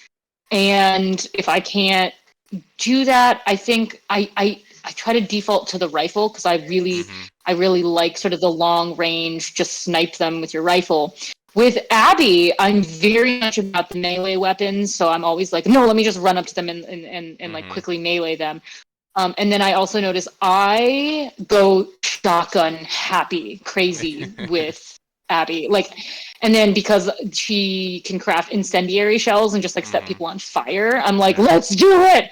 So I very much am like a run and just like immediately explode them with the power of my shotgun. So I don't use any kind of. I know you get a crossbow with Abby, but I'm like, there's no incentive for me to really use it, like unless I have to be silent. But even then, I'm like, do I have like I don't even want to be silent when I have her. Like, what's the point? She's so much more. I find her to be much more fun to play if you play her as this like indestructible tank. Like, you know, I play her. I would say I play her similarly to how I would play Joel in the first one. Because the way that Joel is made, right, he's supposed to just be this big indestructible thing. And I think like in the no return mode, when they're like describing Joel's play style, I think the word that they do use is like unstoppable or indestructible or some big word like that. So that's how I choose to play my Abby, because she just is more fun and feels more accurate. Also, just like, you know, I factor in like the difference in body type. Like Abby is clearly a tall girl. She's probably like 6 feet tall, built like an ox. Love it. So why not take advantage of that? And gender roles be damned, you know? Yeah, absolutely. Bill is also saying, defining those characters with your gameplay, love that stuff. The sort of thing that makes games unique as a way of telling stories. Yeah. No, 100% agree. Because I don't remember 1000%. if I like actually was that different with Ellie or Abby. Like I think I just, like I basically had like I don't recall being more stealthily with either of them specifically. Interesting. I mean, I do find it interesting when I talk to people who don't really try to change their playstyles based on you know, the character or whatever. No, but that's something that I also noticed in that experiment with the Odyssey players. Like some of them, like most of them when they, so we had them for the last session that we did, we had them switch between Alexis and Cassandra, replay the Kefalonia part again, and see, you know, if their play styles had changed, and they had all changed, but not because of the character they were playing, but because they had knew the game already by then. They knew what the you know, the story was going to be. They had skills with which they could kill all the enemies now, so they just played more aggressively regardless of the character they were playing, you know, before, which was really interesting to see. And then I see the reverse with you, and like the changing characters does change the way you play, on a more grounded level or narrative level perhaps. Which is really interesting, and it goes to show how, you know, you can, like, we often tend to hypothesize what players do in games, but you can never, despite if you do like, or except if you do like in-depth player studies, like there's no real way to fully predict what players might do in a game. Oh yeah, no, for sure. I you know, I love that variability. Like, Also, hang on, I just love the detail because this is a D&D yeah. game that they Awesome. put, and it's Ooh, like That. this I is want to just pick amazing. that up and Yeah. play. That's not good. The biggest crime I'm mad about is that this is not an interactive puzzle game where Yeah. you can just play D&D in Yeah. the middle of your Yeah. post-apocalyptic, Hmm. world. So that's the biggest injustice in this whole game for me is that I can't just do that. I'm being facetious, but yes. By the way, Bill is asking, does the game use mechanics to encourage that? So the fact that you play differently, or was that totally your choice, Lexie? Like which weapons each character gets or their stats? Plus, he's also referring to Cones of Dunshire with the D&D game, which is a great reference. Yeah. So okay, there's again, and this is the game makers brilliantly like leaving you hints, but ultimately it is a small and sometimes very missable choice that as a player they're allowing you to make. So the game itself, right, it gives you different weapons, right? So automatically they're like you can't use the same arsenal. So you do actually have to adjust based on what is now available to you. So if you wanted to adjust but only like bare minimum and be like, okay, now I got to choose, I had my favorite weapons as Ellie, so now I need to just figure out, what do I like of the new weapons that are completely different. You could do that, and that would be fine. I wanted a much more customized experience based on, how does the character feel to me when I'm playing her. There is a safe in that room, but I'm just too lazy to go find the riddle. But it's fine. I have enough resources. So yeah, I wanted to customize it more. And so while I knew I would be fine if I wanted to like speed run it with just the bare minimum and be like, okay, I'll just use whatever. I could, and I have done that actually for one of my speed runs. But no, I prefer kind of like since like narratively and also like unlike in Assassin's Creed Odyssey where your Cassandra Alexios is very malleable and you can make them who you want to be. They can be nice, they can be an asshole, they can be anything in between. And it really allows you to be you via this character. These are set characters, right? They have their quirks, they have their own personalities. And so there's not much that I can do to change that. And so within the lack of kind of customization there is when I was like, you know what? Okay, what can I do? And so the fact was, the small choices I could make was, well, if I don't know, if I know what Abby loves or doesn't love, generally, according to, what the story is, then, let's would it be characteristic then to say, does she have a favorite weapon that she likes to use based on who she is? And I would say, yes. And I would say yes. So, but I like how I get to really. I thought I should do. But then I get to essentially decide, what that is, right? So if Abby, she's very no nonsense. You learn throughout the story that, she's kind of like she turned into like a military rat. So I'm like, okay, so it doesn't surprise me that like her arsenal is going to be full of like military stuff. Yeah. But I'm like, okay, what can I choose? What type of military weapon does she like best? Based on the fact that she's this like big, no nonsense, beefy kind of melee yes person. I was like, it feels right to me that she would love a big ass shotgun where she can just again be like, I'm going against the grain, no nonsense, and if you do not please me or if it's a monster, I'm just gonna go blow your face off, right? But that's just me. I don't know. But also that's like in line with just I like to do things with intention, and so like I would never just do something without feeling like I had a lot of intention. So maybe I'm not the best person to ask because I'll always give you like a very specific answer for everything I choose. So I don't know if that's more helpful or not, but wait, I'm trying to find. I think the cat mural is in this blue building. Yeah, I think you don't get there. I mean, you have to search for it. I think it's not like a predetermined path. Yeah. And actually, that's one of the biggest differences. Thank you for mentioning pathways. That's one of the biggest differences between part 1 and part 2. which is it was a very much more closed off experience when you play part one.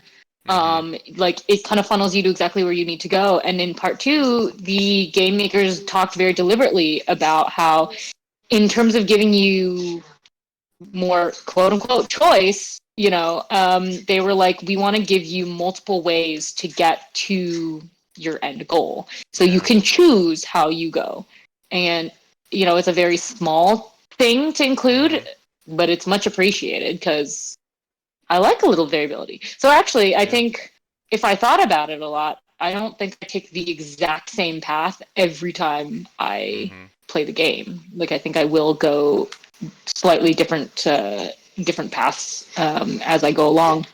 I don't know. Do you do that? Yeah, I mean, I haven't replayed this game yet, but I can imagine that I would.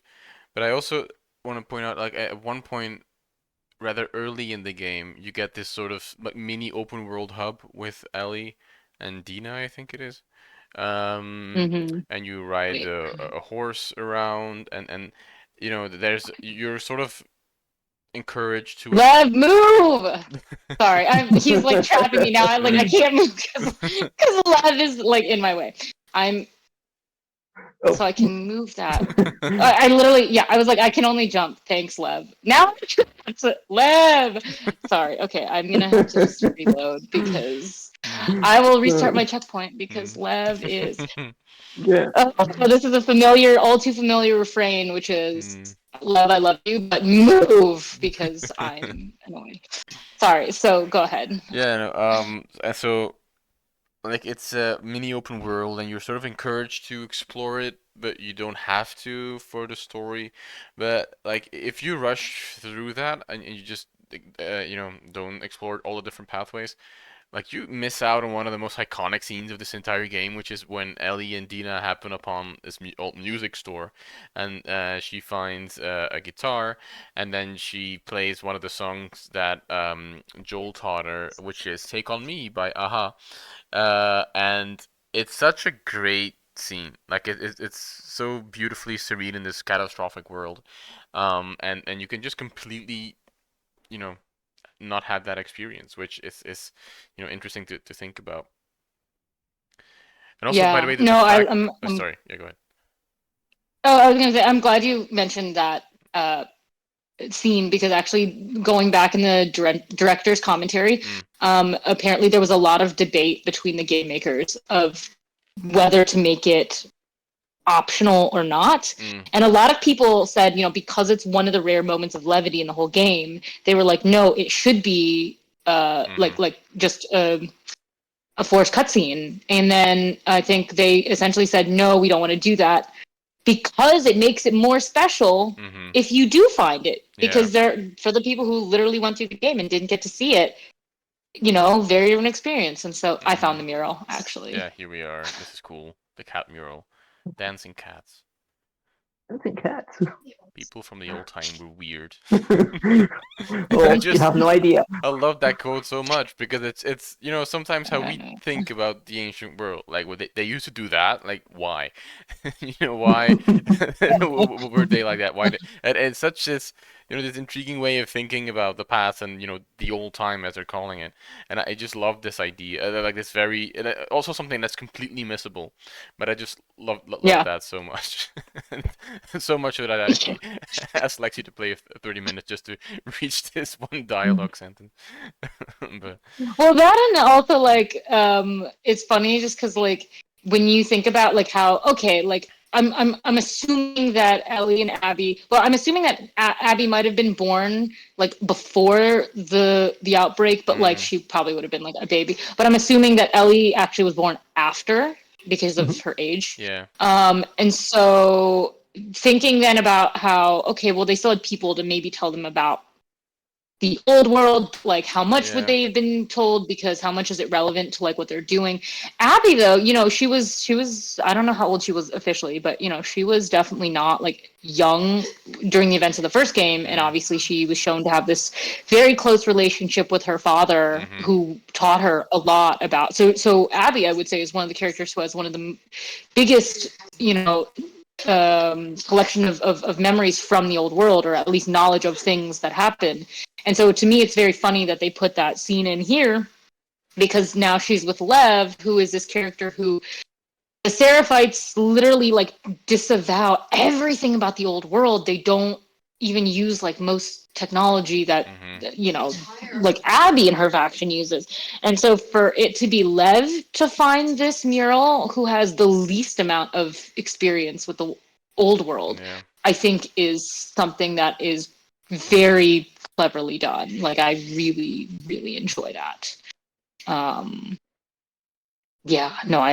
like that a lot, actually. Also, the fact that he can just run across these beams and not fall down and die when, Abby Tank is awesome when it comes to everything except for heights, and then she kind of wimps out. Yeah, that's true. There's a sequence where her fear of heights is really put to the test with the crane thing, and I think it's mapped to the controls at that point as well. Or yes, it is. So like you get this vertigo effect, yeah. Which I think is fantastic. Yeah, it's great. And talking about parallels with this game having so many parallels, trying to show you that Ellie and Abby are like two sides of the same coin. I think the thing I love most is that Abby fears heights more than anything in the world. But she doesn't mind swimming. She can swim great. Yeah. And then with Ellie, it's the exact opposite. She doesn't mind heights at all. And she's like, whatever, the minute it comes to swimming, she is like, I am not good at it. It scares me. She didn't even learn until Joel taught her. So she was learning to swim very late. And then, that kind of also shows like the difference of, where are they based in this game. So the fact that like one of the biggest, oh no, I had the wrong gun. I was gonna say, so one of the biggest like locations in this game that is used for multiple purposes is go. Fuck, where are you? I don't know. Oh no. Aim at that, where are you? Okay. Now we're good. Oh wait. Sorry. Where are you? Go. Oh, thanks, love. Okay, I was gonna go melee you. Okay, cool. There, classic example, different gameplay. I would definitely not have done that if I was Ellie. But yeah, so the aquarium though that they use is a character of its own. It's very funny. It is well, as Owen puts it, a museum for fish. And loving swimming. So for Abby, like it's not a problem. So she's like, this is fine. Like I'm happy with this. Poor Ellie is like, oh man, I have to go where all this freaking water is that she hates. But then with Ellie, you get all these wonderful sequences. One of my favorite sequences of the game is this great flashback where Ellie gets to go see a bunch of space exhibitions. Oh, that's perfect. Right? Like it's such a great sequence. And you're like, Abby would never be caught dead in this location. Like, why? Also, I want to point out it's that there's an achievement where you have to put a hat on a dinosaur. That's so cool. That's right. Also, like she climbs up the dinosaur's head and then jumps down. I'm like, poor Abby would never be like, I'm climbing a motherfucking dinosaur, which I think is the actual legitimate quote. Which I think Ellie literally says that. Yeah, she does, and I totally live for it so much. I mean, I could talk about this game forever. I love it so much because there's just so much like nuance and stuff. The sequence with Abby that I love is you're piecing together what were the Seraphites like before, what are they like now. You get these totems, these statues. You get these creepy paintings of her. And through dialogue, you kind of learn. And actually, this sequence of the game I love the most because as you're getting to know Lev more, Lev starts to reveal to you more about the prophet and sort of the mythology behind the Seraphites in a way that you never would have gotten any other way. They're not going to put that in artifacts because the first thing Lev says is like, oh well, they twist her words and her purpose and her meaning, and so now like we never used to do all these horrible, nefarious things that they do now.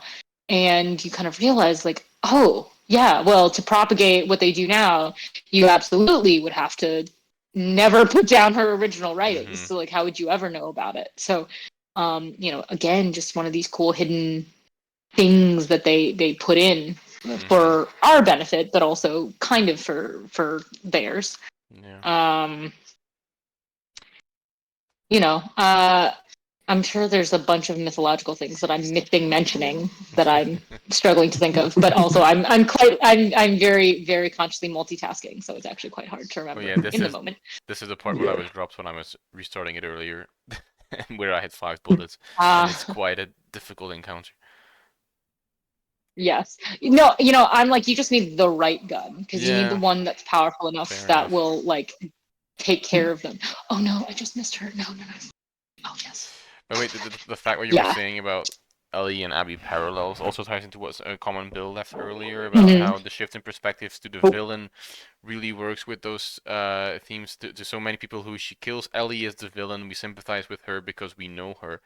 And this is something where this game shines so brightly is the fact that, so you mentioned earlier, it's Ellie's revenge quest, but at the same time it's not just Ellie's revenge quest, it's a reflection on a revenge quest, and it's getting the perspective of Ellie, but also the perspective of Abby, and getting to know Abby's motivations for doing what she did. And then I actually, in my playthrough, I found it a bit jarring when after playing as Abby, you go back to being Ellie, because you know what Abby has been through, you know her side now, and then you're supposed to just casually almost like pick up the revenge quest narrative again, and you start to feel a bit bad because you're like, okay, but do I really want to do this? And it's forcing you to think about these things, and in ways that other games or shows or books rarely achieve, I think. Yeah, no, for sure. I mean, I'm probably not the audience the perfect audience they wanted, because I mean, I am definitely one of those, like, Ellie stands forever. Like, I love her so much, and I will always. I mean, they're both protagonists to me, but like I'm always like an Ellie first person, so maybe I'm the wrong audience. But at the same time, so I was very happy to go back to playing Ellie just because I always loved playing as her. But like at the same time, I absolutely understood and felt, like a twinge of like sadness, of like, oh, I have to go back to playing her, and now Abby is just like poofed off somewhere. Yeah. Will I see her again? I mean, also depending on, this is a game where I get very used to whatever playstyle I'm currently using for at the time. And so after like spending 10 to 15 hours having adjusted to this unstoppable tank person, to go back to like light and skinny Ellie, I'm like, no, like I'm not strong. Like, oh no. So it definitely takes getting used to. And I will say, for the first time ever in a video game, I've never ever played or come across a video game that has made me feel this way before. Without spoiling too much, when you get to the final confrontation, there's many, but the final one at the end of the game, you kind of you absolutely know what's happening, right? You've already seen both players, you've played their stories, you've learned the background, and so as you're heading toward the confrontation, you have it in your head where you know what's going to happen. Yeah. And the first time I got there, I put down the controller and I sat and literally just stared. I sat and I stared straight forward and thought to myself, I don't want to do this. Yeah. I don't want to keep playing. Like, I love them both too much. I enjoyed the experience. What do I do? And, unfortunately, because there's no choice, it's either you don't have to continue. Certainly no one's going to force you, but then you can't keep playing the game, or you have to keep going. And so it took me, it gets easier with every time because I know it, and I know this game like the back of my hand. I know where everything is now, but like that first time I think I spent 20 to 25 minutes just like feeling emotional until I was ready, and then I finished out the confrontation, and that was very difficult. So Yeah, it's a big deal. It's a big deal. And I know some people who didn't want to play the game ever. Mm. No, but I do agree with that. Like, I prefer Ellie over Abby, I think, like as a character. Also, it's odd that we've gone almost uh 1 hour 45 without even mentioning the gem that is Ashley Johnson's voice acting for the game. Um, but there's something just so beautifully iconic about Ellie's, gameplay style, but also her voice, and in a way that, Laura Bailey is fantastic. I mean, she's a brilliant voice actress, but I think Ashley Johnson as Ellie just is still like the little bit above that in a certain way, and that is just it's so iconic to come back to after playing as Abby, but from the point of like the um you know the revenge quest, and it's like at that very moment is when you're thinking about, okay, wait, what is it I'm actually doing? And then you're supposed to realize what Ellie is doing, um, and you know learn her perspective and compare it to Abby's. And it's sort of, in a way, it complicates our thinking of immersion, I think, in games, because usually we tend to think about our game characters like a one-on-one correspondence to what we do, and it's, we're totally immersed in their storytelling. But at that point, it's difficult to fully consider yourself one-on-one with Ellie, because you know what Abby has been going through, and you have that knowledge of Abby, which Ellie doesn't have. And there's like this dramatic irony in between it, that you know more than the character in that moment, and that is so interesting, and such a great storytelling device that they have with this shifting of the viewpoint, which I really loved. Oh, absolutely. And honestly, like that is one of the main arguments that I use in my article to talk about why I think it's one of the best gaming experiences, but story experiences ever. Because I've lovingly called it, right, the Cassandra effect. Mm-hmm. So one of the things that I think is interesting is that they named the theater Cassandra, which is also where one of the biggest confrontations in the game happens between both of these characters, who just, like, if they had that missing piece, then they might understand and not do this.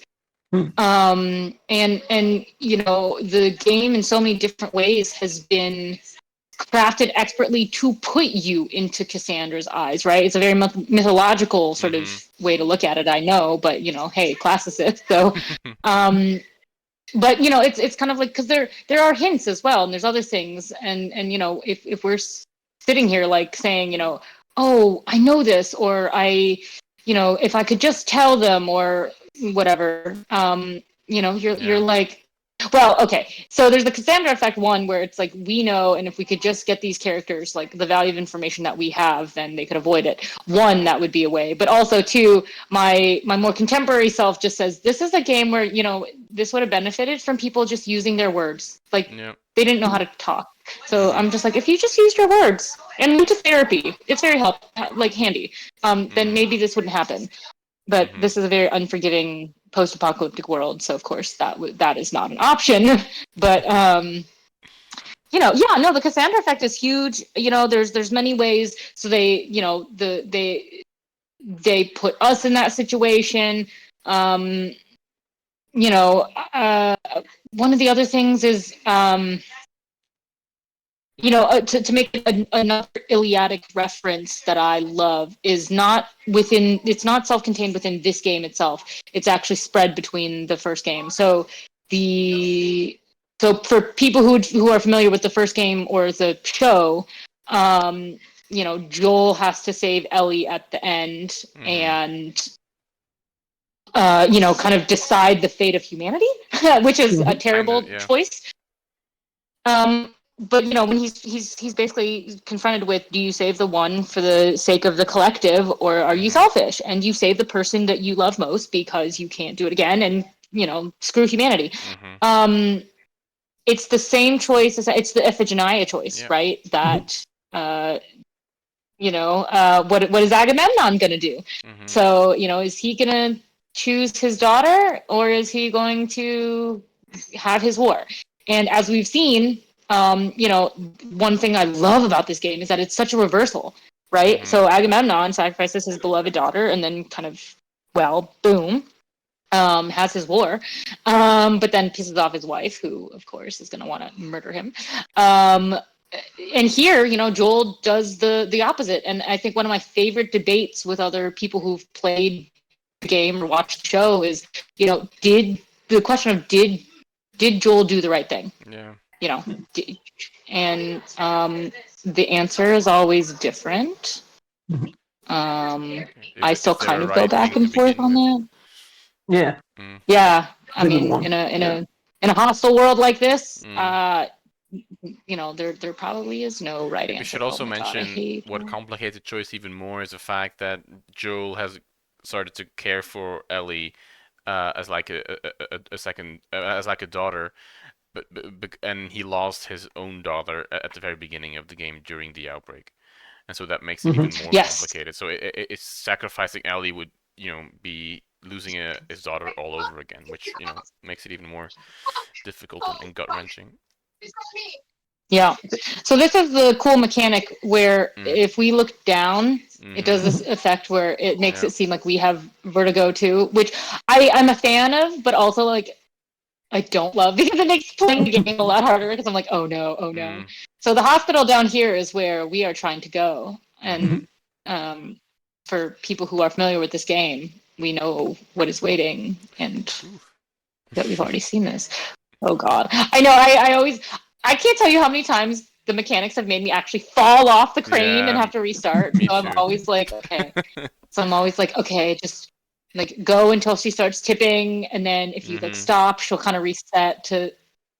I like this because I like looking around at the world, but it makes it so much worse. The effect that I'm like, okay, maybe not. So that's the bridge we just crossed, and I'm very proud of Abby for doing that because clearly she hates this. I also always So, love with Naughty Dog games like Uncharted as well, like how great they represent space. It's like Yeah. like and how difficult and how unexpected it sometimes can be. Like at the beginning of a level, you might be, okay, we need to make it to that radio station, and it looks like, okay, that doesn't look too far away, but it will take you 4 hours to get there. And then when you actually are there, you can look back and you can see all the places you were, and it's such a great way of immersing yourself in that story space or in that world that not that many other games do. I think God of War also does it a little bit, but not as good as this. But it's so fantastic. no, I think Naughty Dog really has. I mean, they've really just sort of revolutionized. Oh God! Oh, and here we go. Here we go. Here we go. And they were so lucky that there happened to be a pool right here. That's one of the laws of video gaming. Like you can't get hurt if you fall, no matter how high there's water below it. Yeah, golden It's like, rule. it doesn't matter how high. It's... Oh yes. Oh man. Yeah, poor Abby. Like she's traumatized. Clearly, I'm like she needs a lot of therapy. I do love Lev just like staring at her. Those are the strongest like... sunglasses the world has ever seen, I think.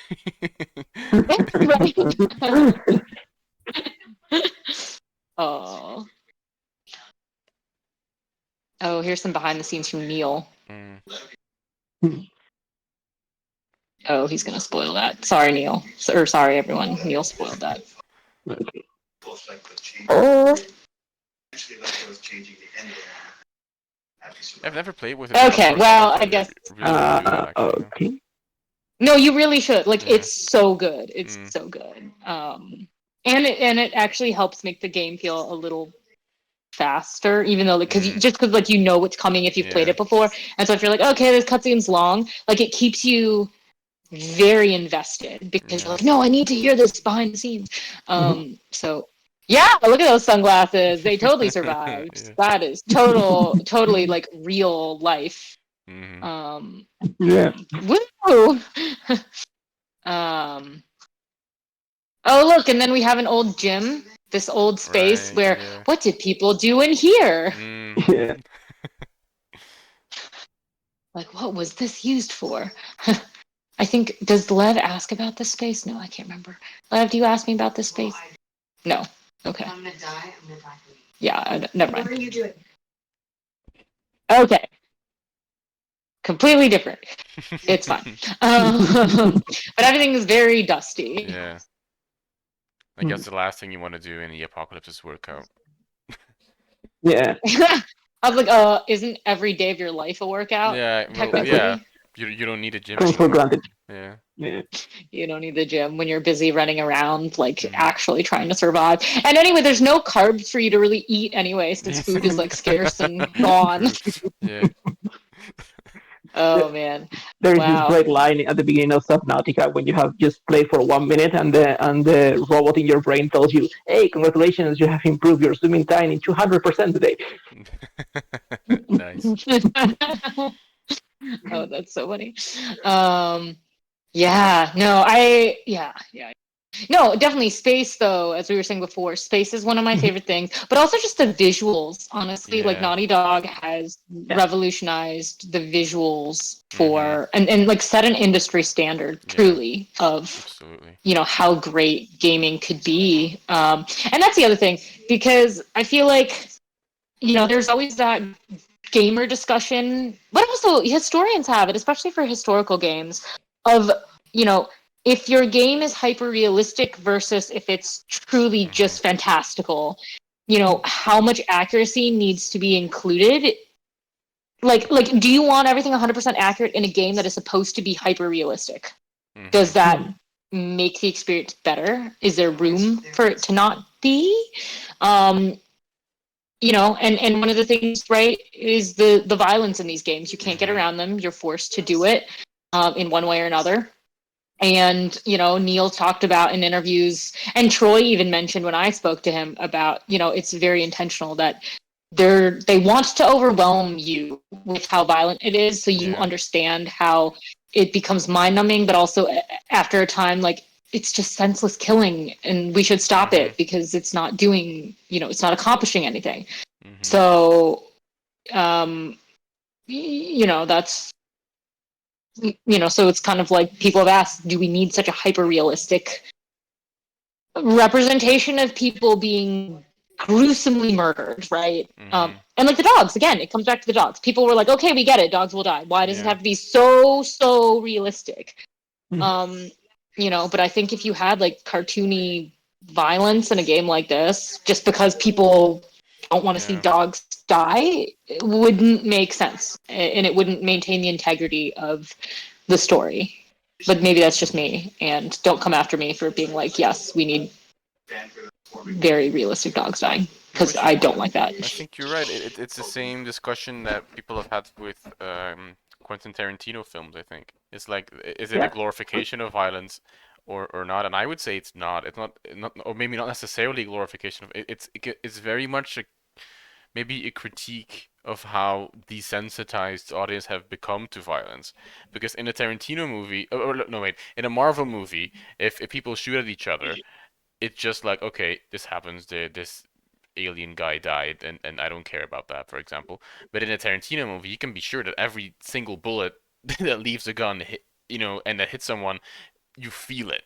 Like it's something that you're scared of what's gonna happen now. Like this is gonna be gruesome, and that's what violence maybe should be, right? It should be something that we are deterred by, or something that we are that causes discomfort.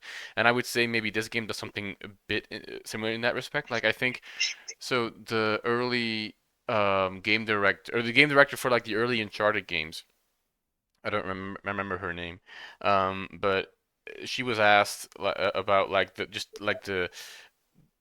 the insane amount of enemies a game throws at you and that you just kill, and then you just shoot down like 100 NPCs, and then in a cutscene they'll talk to Nathan Drake, and he'll be like, what, no, I never kill someone in cold blood, or something like that. Like it is really weird, disconnect between story and gameplay at that point. But so in Uncharted you can mow down enemies left and right. It doesn't mean that much, but here, if you do that, like Bill said in the chat earlier, like it does feel different. Like it is more gruesome, and it's a comment on what violence is, and how in a way sad it is that even in a post-apocalyptic society as we see here, we still need to rely, or we still forced to rely on violence as our main language between different factions because the world has been torn apart, and that is just, it's again taking something that we're so used to, like with the revenge quest, but then taking a meta approach to that and forcing us to reflect on that, which I think is so fantastic that this game allows us to do that. Yeah, no, and I think it was Dina's voice actress, Shannon Woodward, who said at one point, oh no, oh right, there's a couple stalkers here. Well, come Oh, at me, I bro. remember this. Oh yeah. Come at me, come at me, come at me, come at me. Okay. Oh, Yes. Oh no. Oh, Oh. I didn't get you. Okay. Yep. Come on, come on, come on, come on, come on. Where's the other one? Oof. Yes. Hey, good Okay. one. We're in Wow. business. Good one. Ooh, beat tank. See, isn't that fun? You just explode people. Oh. Ooh. Come on, come here, dude. Where is it? I want it. It's over there. I love how we Oh, went speaking to of violence. reflection and discussion of violence. Isn't that fun? I know. I was like, oh, I knew it was gonna happen because I was like, oh, we were in such a great Mm. conversation, and then I was like, oh no, but they are coming, and I can't like avoid killing them. So, okay, come on. Okay, where are you? Yeah. I think actually, Alex, you were spot on. I mean, the parallel with Tarantino's movies is really good because actually, I believe that one of the problems with Tarantino's movies for most of people, especially back then when they were released, is that in his movies, violence is always meaningful. It's always there for a reason, especially dramatically or narratively. If you remove violence from Tarantino's movies, they are nothing. That means nothing. And in so many Marvel movies or fantasy movies or I don't know Indiana Jones movies, violence is there, but there is a lot of other elements just to caution the spectator, to protect them. So I think that the real problem that we have when we watch a video game like this one or a Tarantino movie is basically that violence looks realistic. It doesn't matter if there are monsters or zombies. It's just that it's meaningful like violence in real life, and that's why it's so uncomfortable even if it's not explicit, because sometimes Tarantino was complaining that they asked him, no, sorry, this is Scorsese. At the end of Taxi Driver, they were censoring the last scene because it was very bloody and very violent at the end of the movie back then. And actually, they asked him to change the intensity of color of the blood just to make it in a non-realistic blood color. And he discovered that the effect with the fake color was double or triple strong as from the original. So basically, he was on heaven because censorship was making it even more intense, more impactful. It has nothing to do with how explicit or realistic it is, how meaningful it shows to the spectator. And this is my TED talk. Sorry. No, but it's fine. Sorry, go ahead. No, go ahead. I was gonna say I think it was it's not anymore, of course, but I think in like the early days of video games, and when games started to become a little bit more violent, I think Germany had the ban on red blood, I think as well. Like it had to be like green blood or for at least some games, and because otherwise it would have become too violent, and that was of course during the heyday of the video games cause violence discussion. But there is something there that we can talk about, and I think maps a little bit into what Tarantino movies do or are criticized for doing. Yeah. Well, I was gonna say just to finish up the point before the stalkers came and attacked me and distracted me was that Dina's voice actress at one point. I think it was in the director's commentary somewhere, but she made a comment and said, one of the things that stands out to her is like how desensitized their characters are to the violence, because I think she pointed out to like some interaction between like Ellie and Dina at some point and just said like, oh, this reaction should not be normal, but like like said whatever the line was in like a totally matter-of-fact way, or she did something, and I was like, oh man, like yeah, that's right, like that's ridiculous, like no normal person would have the reaction that like Ellie just did, and yet you're like, oh, okay. So I would say definitely like there have been accusations made about yes, they think that the violence that the violence in this game is gratuitous, but I don't think so, and I realize that that's still a very contentious opinion to have, even to this day. Like, you can explain until you're blue in the face, essentially. That like, oh, but it's warranted because look at the story, look at what they go through, look at what has to happen, and yet, like, people will still find a reason to be like, yes, but did it have to be, and you're like, well. Yes, actually. I mean, and that's the thing, when your game creators actively state like a big part of this was like the entire game is supposed to be a commentary on the cycle of violence. Yeah. I'm like, well then, if you're supposed to go through it and get exhausted the way that your main characters would presumably be, like, then why wouldn't you make the player experience it? Like, it's not supposed to be an easy game, so it just confuses me when I'm like, people wanted it to be like easy and less graphic. Then then to be frank, like, what do we learn? What's the lesson? Where's the lesson? True. So it's controversial, but I don't have a problem with it as much as. Yeah. I think you're right. I don't think it's gratuitous violence at all. Even in the pure gameplay, it's all very much an active survival, and there's of course the bigger prescripted narrative violence that is literally what this game is about. I mean, literally. I mean, this is, and not to spoil that much, but basically the entire rationale of this game is just the seemingly very minor death at the end of the first game, that sets all of this in motion. And I don't remember like thinking that much about it when I finished the first game, and then this puts it into a whole different light, and it's commenting on that, and it's engaging with that point.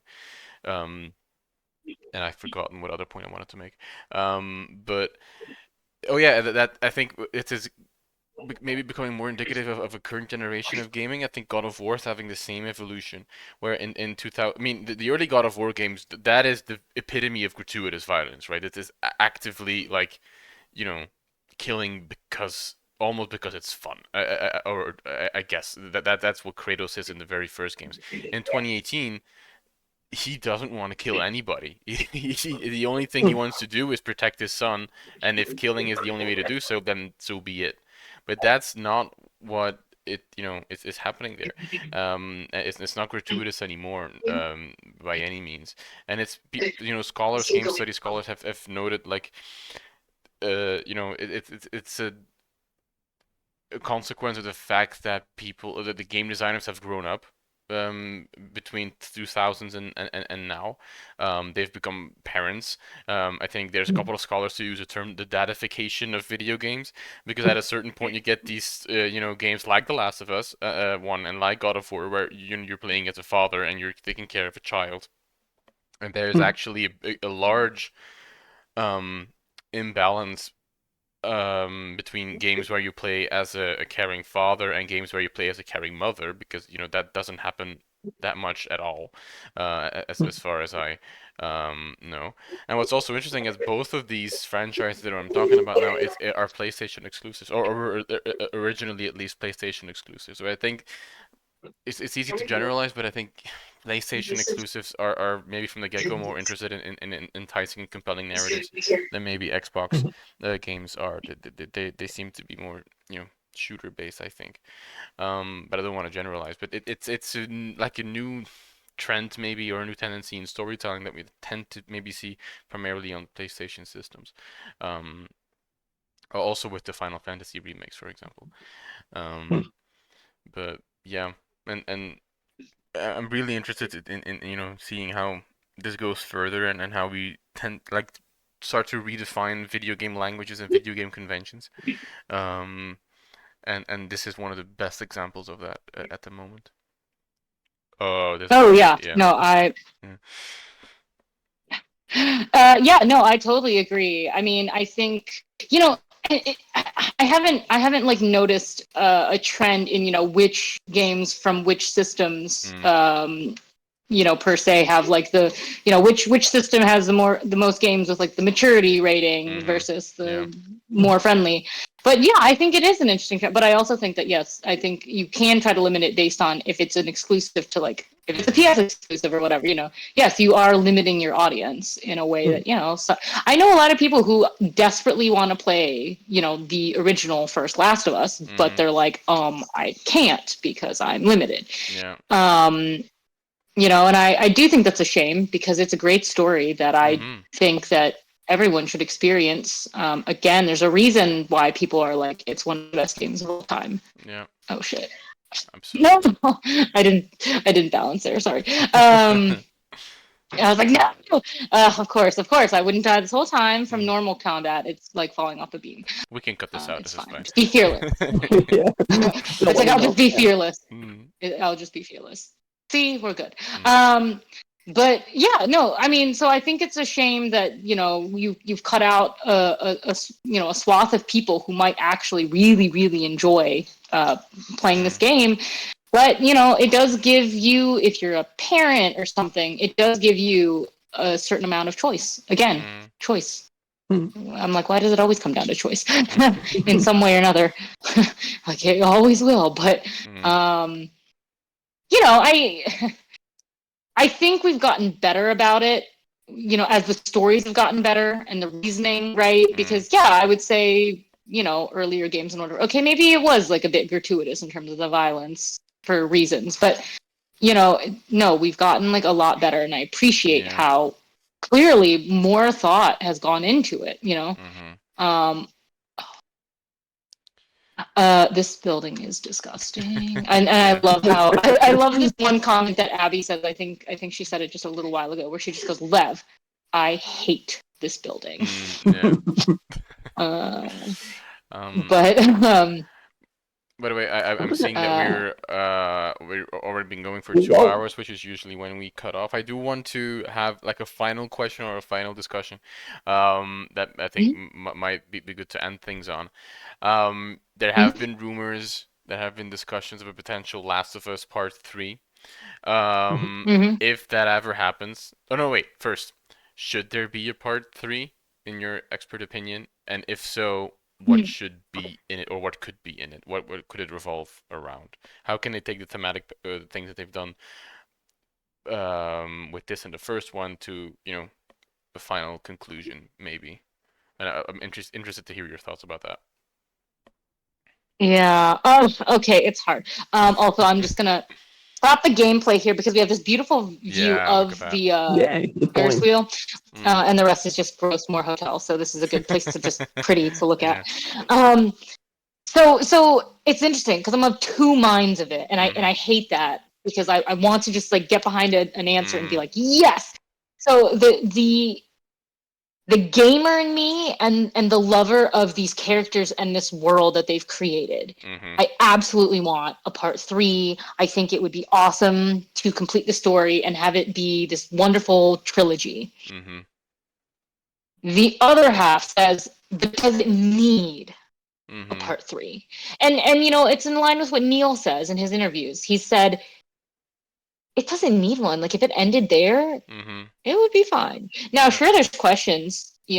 Where does she go at the end? Where do Abby and Lev make it to where they wanted to go? Like, what happens? And I think that, and I'm very torn because on the one hand, I would want them to pick up and finish Ellie's story. But if thematically and they want to put it in line with how the first 2 games have gone, they take their protagonist from the previous game and like, yes, they're in it, but like they're not the main one, right? So like if Joel was the original protagonist and we had Ellie and we got a taste of Ellie, so then in the second game you're like, oh, I get to play as Ellie, great, it's continuing the story, but Joel's still present. But, so in a third one, I think that you could do 2 things. You could build on with a whole list of new characters, right? So from wherever Ellie goes at the end of this game, I'm like, okay, so you could pick up and then Ellie could be in the game, and just do new characters, which I would find interesting. They'd have to weave that in. Or you could pick up directly with Ellie and actually try to finish that story, because it would feel well. Okay, let me clarify. So there's two different ways. So there's the thematic elements you could pick up with, or there's the familiar narrative elements. So if I want to go by narrative, right, I think the thing I would do is maybe I could pick up with, and if you wanted to stick with Ellie's story but not necessarily be her, I think it would be brilliant if you picked up as JJ. Yeah. If you pick up as JJ, and then you have to figure out, like, okay, my, second mom, whatever you want to call her, came back, and now you're figuring out how does JJ interact in the world, and then do we see like a parallel to the first game? Absolutely. Where Ellie becomes a Joel JJ or something like that. So you could do that if you wanted to pick up narratively. Now, if you want to pick up thematically, Neil has stated many times that the overarching theme of his game is love. So in the first game, you're learning about how do you learn to love again after loss. The second game is, after this loss, instead of learning how to love again, how far can your hate take you that stems from love and obsession? So thematically, a third game could be, and to not sort of redo the Joel thing. I mean, it would be hard to, and I don't know how they would do it, but I'm like, I mean, how do you show the recovery cycle of love? So I would imagine that they would want to pick up thematically with love. So we have, parental love from the first game. We have obsessive, dangerous love to the extreme after loss in the second game. So then what do you have in the third game? So is it like a you learn to love through forgiveness kind of love? I mean, we kind of have a hint to that, right, with what happens at the end of this game. But I don't know, do you want to take that further and see what is a healing love? I don't know how you would do that. But you could do that with new characters, but I don't think that really makes sense because of how the first two went. So you could honestly, I'm like, once I pared it down, I think that if you want to stick with the format of not using the exact same character, I think you do go with either JJ or someone connected to Ellie. Or I guess you could have new people, but then have Ellie join them, like a new group, and then figure out those interpersonal dynamics. But I think it would have to be something where, Ellie is clearly at the end of this game, right? Whether she's broken, whether she's let go, whether she's forgiven, whether she's not forgiven, but she's trying to just move on, whatever your interpretation of that is, you pick up and figure out her healing. But maybe it doesn't revolve around a kid, because then it's different from the first game. So there's a lot of ways it could go, and I would be excited to see if they find an appropriate way to sort of resolve the story. I mean, I'd love to know what happens after the farm. Does she find JJ? Does she go back and find Dina? Like, I want to know these things. Just to resolve the story, the narrative elements for me. So I don't know. Did you want to see a third game? My answer is not as far as sophisticated as yours. I recognize what you said as well. Like, if the series, the franchise ends here, I am very happy with it. Like they've given us a lot of material. They've given us so much. And if there's a sequel, or if there's a threequel, it shouldn't be just to make another game. It should be narratively and thematically tied into, or building on what they did. My idea for it was similar to yours in that what I would think would make the circle complete is having Ellie and JJ as the focal characters. Like Ellie taking up the role that Joel had in the first one, and Ellie moving from child to mother. Um, but you're right that the idea of love and parental love is something that also should proceed and progress. So maybe something along the lines of forgiveness, like you said.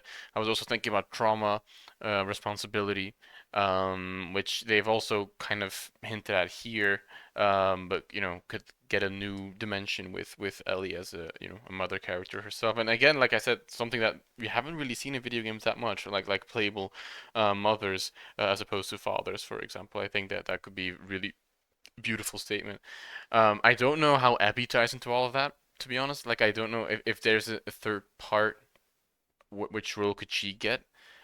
Is she a playable character again, or is she just like an NPC? I'm not sure. Um, so my idea, opinion would be if there isn't a third one, I'm very happy with that. If there is one, that would be fantastic. It doesn't need one, but it would be cool to see where it goes, as long as they continue the narrative thematic threads that they've been building. But if anybody from Naughty Dog ever sees this live stream for any reason, hire Lexie for everything she's just said. To be honest, like that's fantastic. You have such a great grip on these games, I feel. Thank you. I mean, I don't think I would be anywhere near as well versed if I hadn't had to really sit and think very deeply about both games. But yeah, I agree. And, at the same time, every time I finish part 2, right, I've played this game, let's see, all the way through about 6 or 7 times now, which is a lot. A lot. Wow. And again, the power of this game and the storytelling in it is that even though it's easier to go through and finish, unlike the first time. I mean, I would almost give anything to, be able to rewind and capture the feelings I felt the first time I played it again. But, so while I can go into that final confrontation more easily, I don't need to put down the controller and then have a moment to myself. I can just do it. It never ceases that out of the 6 or 7 times I've played the game all the way through, I will definitely admit on camera to the public, to the world, that I have ugly cried at the end all 6 times. There's no possibility in which I can play this that does not get me sobbing. And I've never, I am not a big movie crier. I will say, I'll get emotional. I'll get a tear. This one makes me sob. And to feel that way at the end, to get to it, and then to get to the little epilogue thing where you see her leaving the farm for the last time. Yeah. Every time I always feel this acute melancholia where I'm yes, it's an ending and I would be satisfied with it. But there's always that little part that I'm this is so sad, because I like how it leaves it open to interpretation. In my mind, she went back to Jackson. You can find all these fan theories online of she doesn't have her weapons with her. Oh, she's wearing, she's wearing Dina's bracelet again. So she found her and she's just visiting this old house as a relic to let go of the past, right? And I think in a happier version, that's how I would interpret it. But at the same time, I kind of know that wouldn't be. I don't think that that's fair to the character that they've created, and based on the patterns and other things and kind of how Dean would be feeling about it. I'm very sad to admit I don't think that she went and she's reconciled, right? So for me, I'm kind of well, at best, I think that she's heading toward Jackson to try to find if she's there, because it's implied through, again, a note that we find that, maybe she's there. So, I definitely, that side of me, it wants the resolution where I'm no, I'm not satisfied with this ending. I need to know what happens. And because it's not a choice-based game, I'm there is a canon ending somewhere here. So I want to know what my canon ending is. But, yes, I at the same time, I would be satisfied, not happy. I can't say I'd be happy, but I would say I'd be satisfied if it ended here. Yeah. That's so, the right word. it's... Yeah. So, but again, the power of great storytelling, the power of interpretation, just like at the end of the first game, does he believe or does he not? What's happening? What do you think? So even if they didn't make this sequel, and I know a lot of the angry fans out there are they shouldn't have made it because it could have ended just fine at the other one. So, even if they made it part 3, I wouldn't even be confident enough to say that would end without some sort of interpretive True. Yeah.